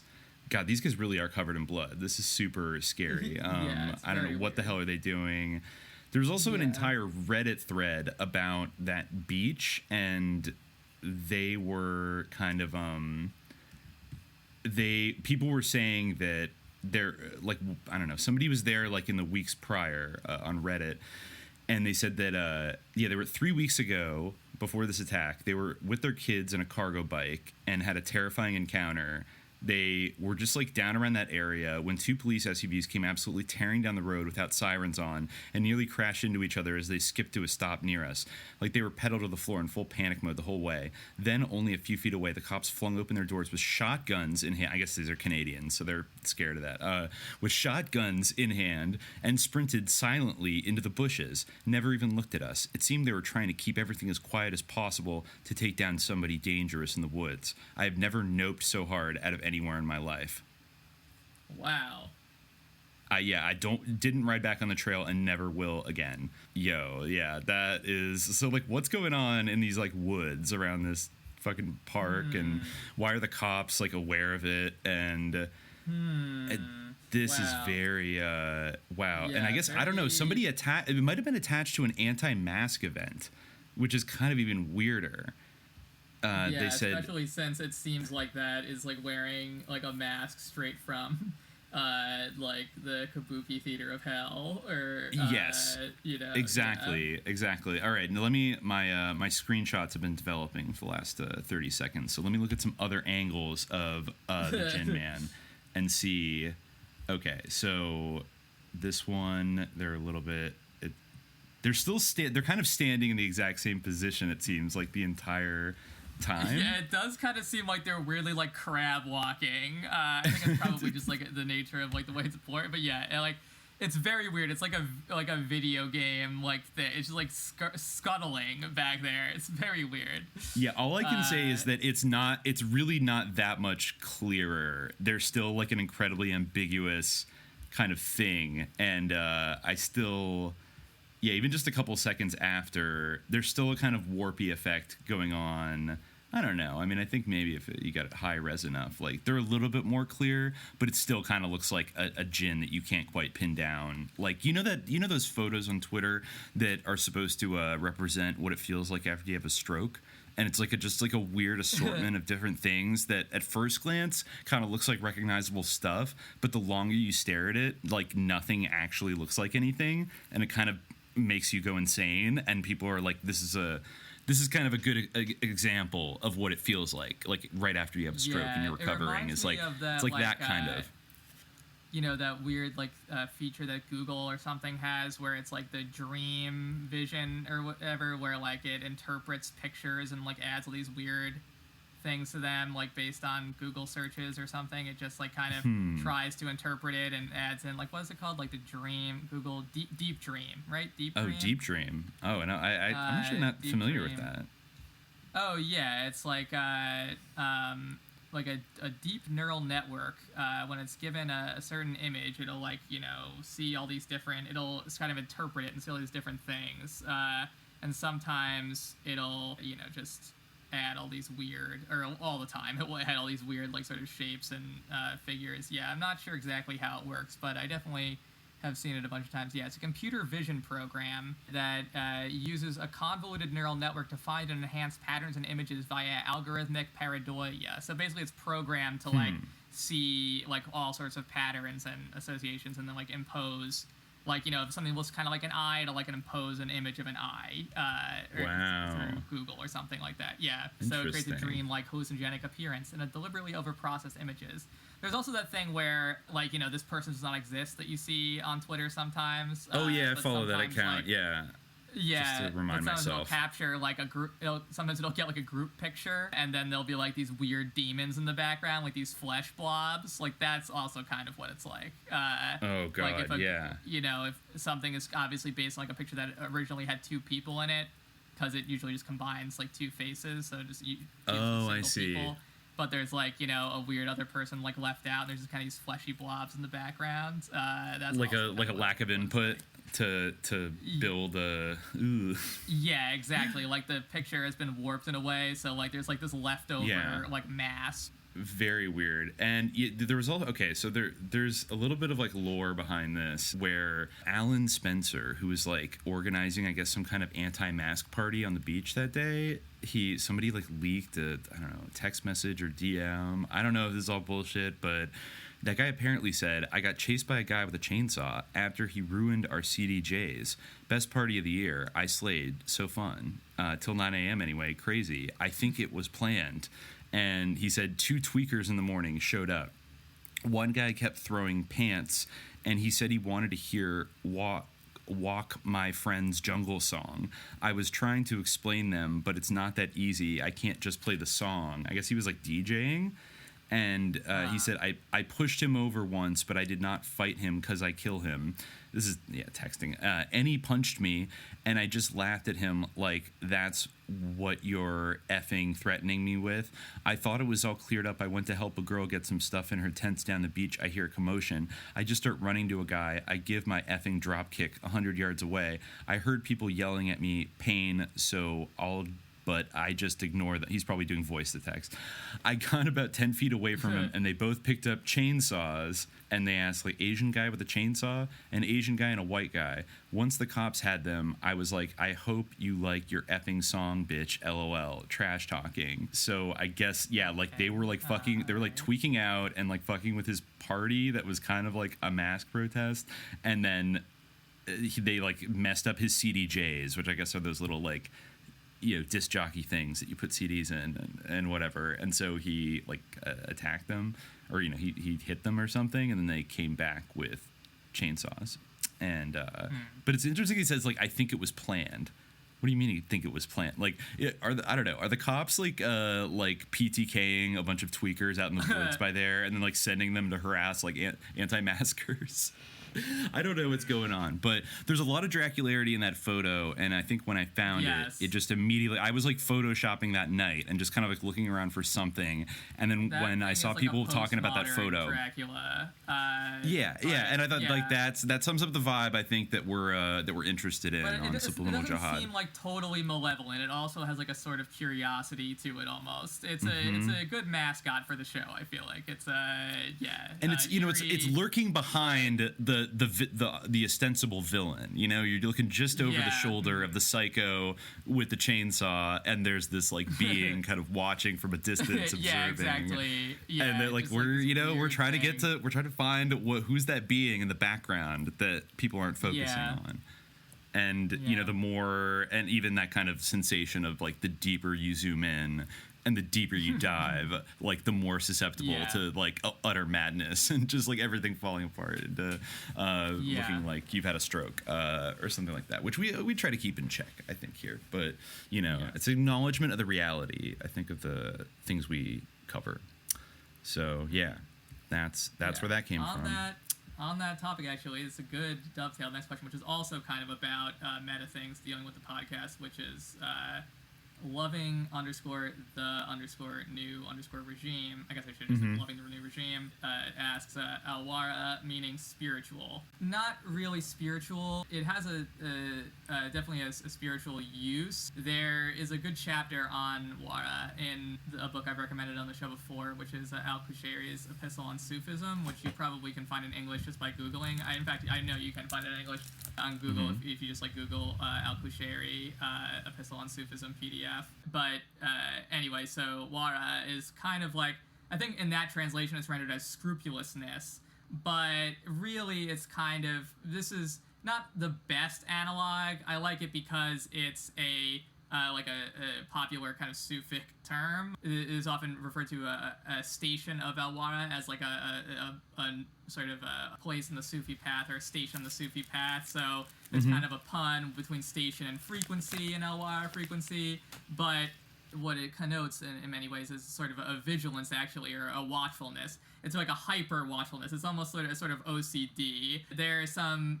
good little anecdotes demonstrating Wara as a value in Al-Qushayri's book. There's things like Jesus brings some man back from the dead and asks him, how he's doing. And he says, I've been doing well, but I was delivering some wood and I dropped like one splinter, and I've been suffering for it like for hundreds of years or something like that. It's all about like zooming in. It's the sort of the value, spiritual value, or the religious or pious value of zooming in on like the tiniest details. So I thought there was isn't it interesting. Does it not parallels. also?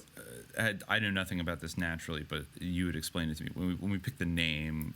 That it also involves a kind of a really acute fear of separation from God, and that's what the vigilance is kind of related to. Exactly. To some extent. It's almost kind of like I think it's sort of like a paranoia almost, like being like really concerned about the sort of a fearfulness or paranoia, but like in a positive sense.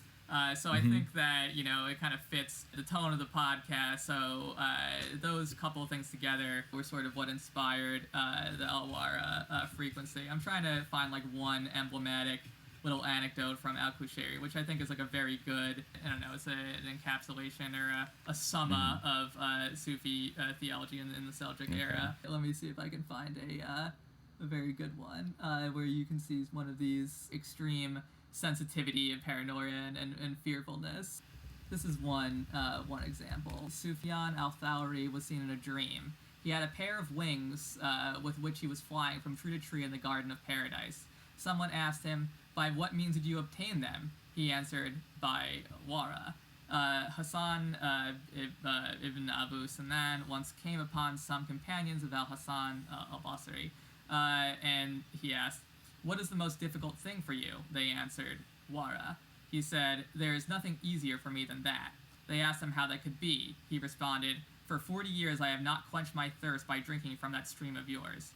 Hassan ibn Abu Sinan did not sleep on his side, eat cooked food, or drink cold water for 60 years.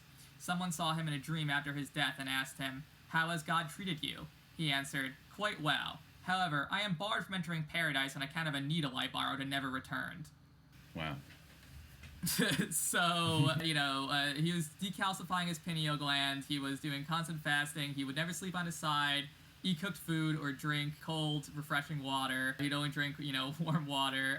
He was very pious and abstemious. But there was that one little detail that he missed. He borrowed that needle and he never returned it. He slipped up in that one way. You never be too careful, I guess. Like, there's a similar, like, sort of topoi.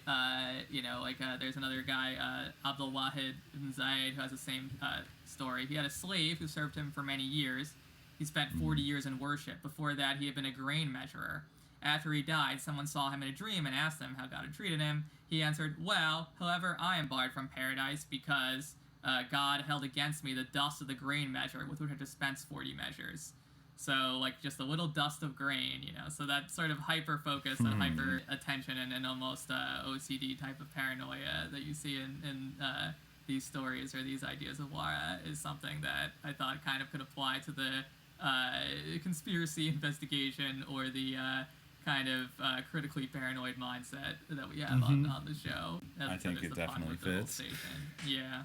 Yeah. Not that we want to send anybody to Gulag for, not returning a pin to the People's Commissary of office supplies or, things like that. Yeah. I think we do believe in but forgiveness. This is a good up to a point, encapsulation. Trotskyists. It's abandoning 70 kinds of permitted things out of fear of stepping into only one thing that is forbidden.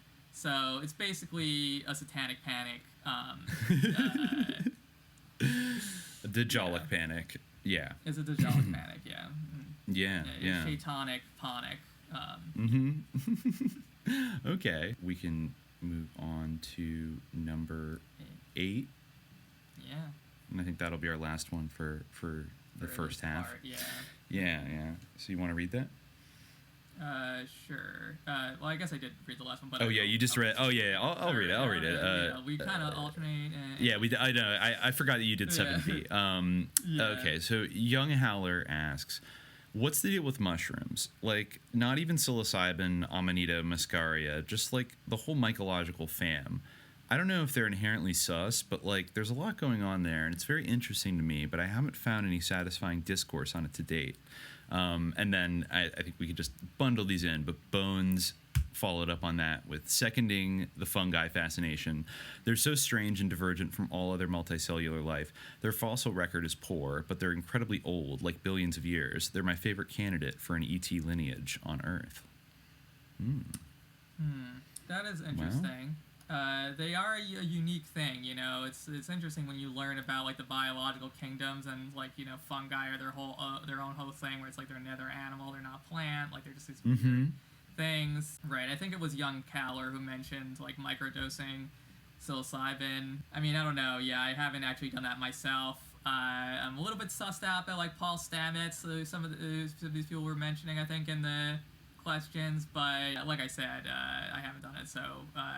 I'm on the fence. I'm on the fence about it a little bit, I'm a little sussed out by like micro dosing to like boost your productivity, I think. I'm sussed out by the whole thread on Twitter where someone was like, you don't have to microdose to like do the dishes or take out the trash. Like, it's okay. Like, and people were really upset, like in the comments. They're like, yes, I do. Like, how dare you imply that I don't have to microdose? Like I said, like if like whatever, like I like take Vyvanse, so I'm not really in a position to criticize that so much, because I do have certainly a dependency upon Vyvanse, although I feel like I have a sort of self-consciousness around it. But I don't know, I feel like, especially some of the new pushes that are happening around some of these drugs, include weed in that. Yeah, no, for sure. Like it's a response to the feeling that maybe like the population must be narcotized, like we must narcotize people. But they have to be made into narcophiliacs, narcophiles. Yes, exactly. And about any remaining narcophobia. And we're on the road to legalizing it now, which is interesting. I mean, I will say that I would generally regard magic mushrooms as kind of less sus than something like, say, LSD or a kind of synthetic chemical. Because, as we know, it grows from the earth. It comes from the earth. And it is a very long history. Most people think, and I mean, I guess lysergic acid or something. I guess it's like derived from ergot or whatever, but it's still. But at least it doesn't come from a Harvard lab. Well, that was like, it might be some artificially selected, engineered like GMOs mushrooms, but I think it's on the way with like I think they just decriminalized it in Oregon and maybe in Denver as well. They practically have like legalized magic mushrooms, so that's coming. I think that's going to be the first psychedelic that gets kind of the Amsterdam solution of we're going to sell this in some kind of way. There's already all kinds of like fancy schmancy expensive drug rehab kind of retreats that use psilocybin and ibogaine and ketamine and things like all of these kind of drugs that were only popular with kind of hippie counterculture people are now being there's medical research companies that are investing a lot of money and trying to get like approval to treat things like PTSD with mushrooms. And I do think I mean, I think that sure, like that is definitely something I could see how that would work with or with addiction. You know, even the founder of AA, Bill Wilson, I believe it was after he was like in Mexico, and I think, oh my God, I just heard this the other day. I think it was on the Recluse, the Farm podcast. But wouldn't you know that, like, I guess Bill Wilson ended up in a hospital in like Mexico, and he was given a kind of old folk remedy for curing alcoholism, which was belladonna. And he had like a crazy, belladonna, the same thing like the Manson family and Candy Jones. You know, we're fucking around with which can produce like really violent hallucinations. But I guess, you know, people in Mexico had been using like the root as a kind of to break the cycle of your alcoholism. And now we see that with like LSD and mushrooms as well, kind of being like, made official in the scientific research community. There's more research papers and stuff coming out about it now. But I do think it's always like, I think when it was introduced the first time in like Life magazine, it was a double-edged sword with like Carlos Castaneda and all those guys running around talking about how great it was. And then Ginsberg and Leary and all these people. So I think there's definitely going to be like a bad side of the sword with the popularization of stuff. Now, I mean, okay, there's all about, you know, psychedelic mushrooms, but Young Haller's like just talking about mushrooms in general. Are they inherently sus? Yeah. What's up with them? Where'd they come from? We've been using the psychedelic ones, I guess, since 9 or 10,000 BC, as far back as we can tell. But, you know, then I guess the fossil record is not so good or poor, according to Bones. So, you know, when did they come about? They do seem incredibly well, old. mushrooms are something that I would think would be like hard to fossilize, you know, hard to as that's fossil, true, right? Mm-hmm. I think so. I think so. Yeah. Well, I feel like they're associated with death culturally, probably because they feed upon death. Yeah, they do. They do. Yeah. So maybe that's why I think of them as something that would decompose and return to the earth rather than become petrified somehow. But I don't know. God, Wikipedia doesn't even give you like a timeline, like when, you know. I think it's because they don't know. It's like saying, like, when was the first plant? I mean, that's like a long time ago, man. Like, they're one of the fundamental things, like a fungus anyway is. Yeah. So I do think they're interesting. Like, they're kind of networked, decentralized structure that kind of can grow incredibly vast kind of networks. Walls. That's what makes them. Yeah, I feel like there's also been a mushroom, like a pro-mushroom psyop, like in our culture. I noticed, you know, I was rewatching all the Star Treks during the pandemic, and I even dipped into some of the newer ones that are just absolute shit, like. You know, like at least the old Star Trek's kind of like relaxing because they're like predictable. You know, they have that rhythm like the moon upon the tides. You know, they follow these formulae. You know, every once in a while there's one that's like kind of an interesting little piece. But you know, I watched some of the newer ones that are like came out in the last couple of years, and one of the aspects of that is that they developed. You know, it's set in the past, like in terms of the Star Trek continuity, which is like. Makes it especially ridiculous, but like they discovered like a special network where like mushrooms go through the whole universe and like they can make you teleport. It's something like that. You know, it's like mushrooms are part of the fabric DMT. Of reality. Like, wow, you know, it's like mushroom worship. You know, the amazing mushroom, worship my god, the mushroom. I don't know. Interesting. That's been a thing too. Mushrooms are part of Allah's creation, so they're cool and everything. I mean, again, like pigs are also part of Allah's creation, so like, let's be like chill. I mean, of course, they're just, you know, mushrooms in general. I think are fine to eat as far as I know. I'm autistic, so like I'm not all about like eating mushrooms. Like they creep me out, spongy, weird, rubbery things. Yes, exactly. Like I wouldn't even know. I love mushrooms. So, like, I love I'm eating kind mushrooms. Of, like, anti-mushroom. I don't know. I'm not the right person. To be like giving, you know, any kind of like pro mushroom statement, but I'm kind of, you know, I'm a fungophobe. You're fungophobic. Wow. Yeah, I'm fungophobic. Confirmed, folks. Yeah. Wow. Exposed at last. Yeah, I do like the idea that it might be. The idea that it might be like an alien intelligence that was left behind. I mean, it gets close to like the stoned ape theory, but it also is kind of like an interesting. I always think it's fascinating to think about certain I don't know, either animals or plants or things like that somehow could have like gotten here from, you know, panspermia or some other reason. And it's just like you would never know it. You'd never have any reason to really think about it. But like mushrooms are so kind of weird and different and particular, and they have these interesting properties that other things kind of don't have. I mean, I guess there's psychedelic plants. Aren't there psychedelic frogs that you can lick? I mean, there's a number of things that excrete. Yeah, so it's not the only one, but at the same time, like it's they're very fascinating. And again, I don't want to go full you know stone what? date I theory. actually But do truffles. You know, sometimes truffles are like okay. Truffles are good. Yeah, truffles. Yeah. Something that pigs love to hunt for. So I don't know. Yes. Maybe that's not so good. But anyway. Anyways, yeah. I mean, I'm not sure that mushrooms come from another planet because I think mushrooms really are, you know, to their credit, really deeply entwined with. I mean, if they are from another planet, they would be like a connection of our pale blue dot, you know, and our mote of dust suspended in the sunbeam with the rest of the cosmos, because they really are very much enmeshed, literally, in all the ecosystems of Earth. You know, like they're like the primary thing that decomposes stuff. You know, they're a really big part of like Earth biomes. So, You're yeah, right. I think that if they come from space, then like they've certainly assimilated. They're the original. They're the good kind of immigrant, if they are. Yeah, are they? I wonder if they're the first kind of cybernetic organism in the real proper sense. You mean because they involve networks? Yeah. Well, and they like spread. Any multicellular organism could theoretically, I don't know, but I guess they do so. spread. Yeah. But, I mean, so do plants. You know, plants with seeds.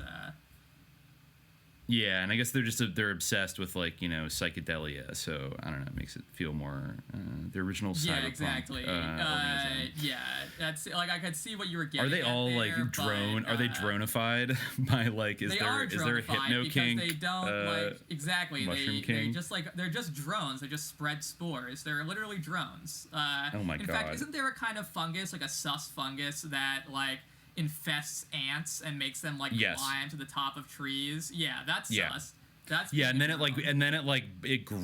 bursts out of them like the alien, you know, like a chest burster kind of, and it makes them like get themselves, or maybe I'm thinking of another thing, but there's like a bunch of different mind control fungus like that like makes a snail or something like light up its antennae so that it will get eaten because the fungus needs to go into like the feces of a cat or something. I don't know. Like no, it's something really wild. But the point is, no, there is something like that. Yeah, it's kind of chilling when you think about it. Maybe like, you know, I don't want, you know, I don't know. I'm sure that mushrooms would help with watch like out. What if you're taking some kind of Harvard developed psilocybin cocktail, you know, to increase your productivity, and then suddenly, like, you just want to, like, I don't know, commit a mass shooting so that you can get your blood into, I don't know, the dirt to help it reproduce. I don't know. Yeah, right. I wonder if there's some awful department full of Nazis that tried to like find that fungus and then adapt it so that it could be done to humans in some way. I'm sure that's I'm like sure under they thought of development. everything.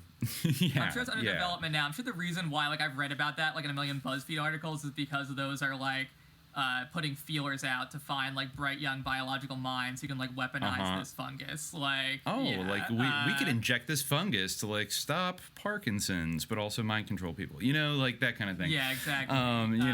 It'll be used. Cause suicide bombers to run into brick walls or something. I don't know. This could neutralize terror tunnels effectively.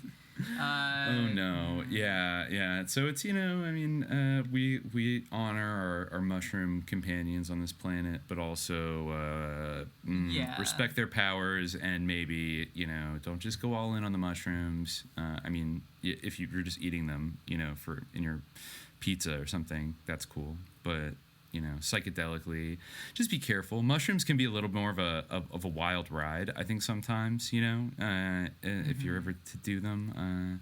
Just do them in a chill setting. Why are fairies always hanging out under mushrooms? Like, what's that all about? Yeah, you're right. With Disney and stuff? Yeah, I think even pre-Disney. Hard to believe, you know, in the era of the cultural abyss that was before Disney. The real dark ages. Anything before Walt Disney was there's born. still an idea of like fairies, and toadstools. Yeah, right?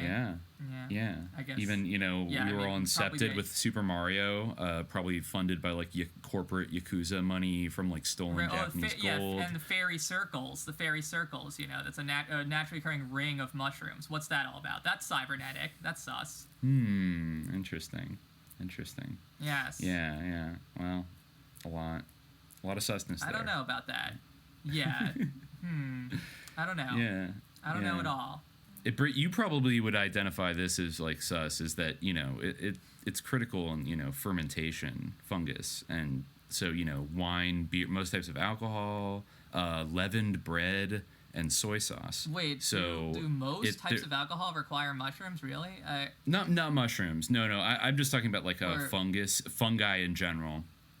Oh, so like really? like yeast, yeast, mold, and mushrooms, all under the fungi banner. So you think about it, like soy sauce, like they're making your kids into like sissy hypno, like destroying their testosterone.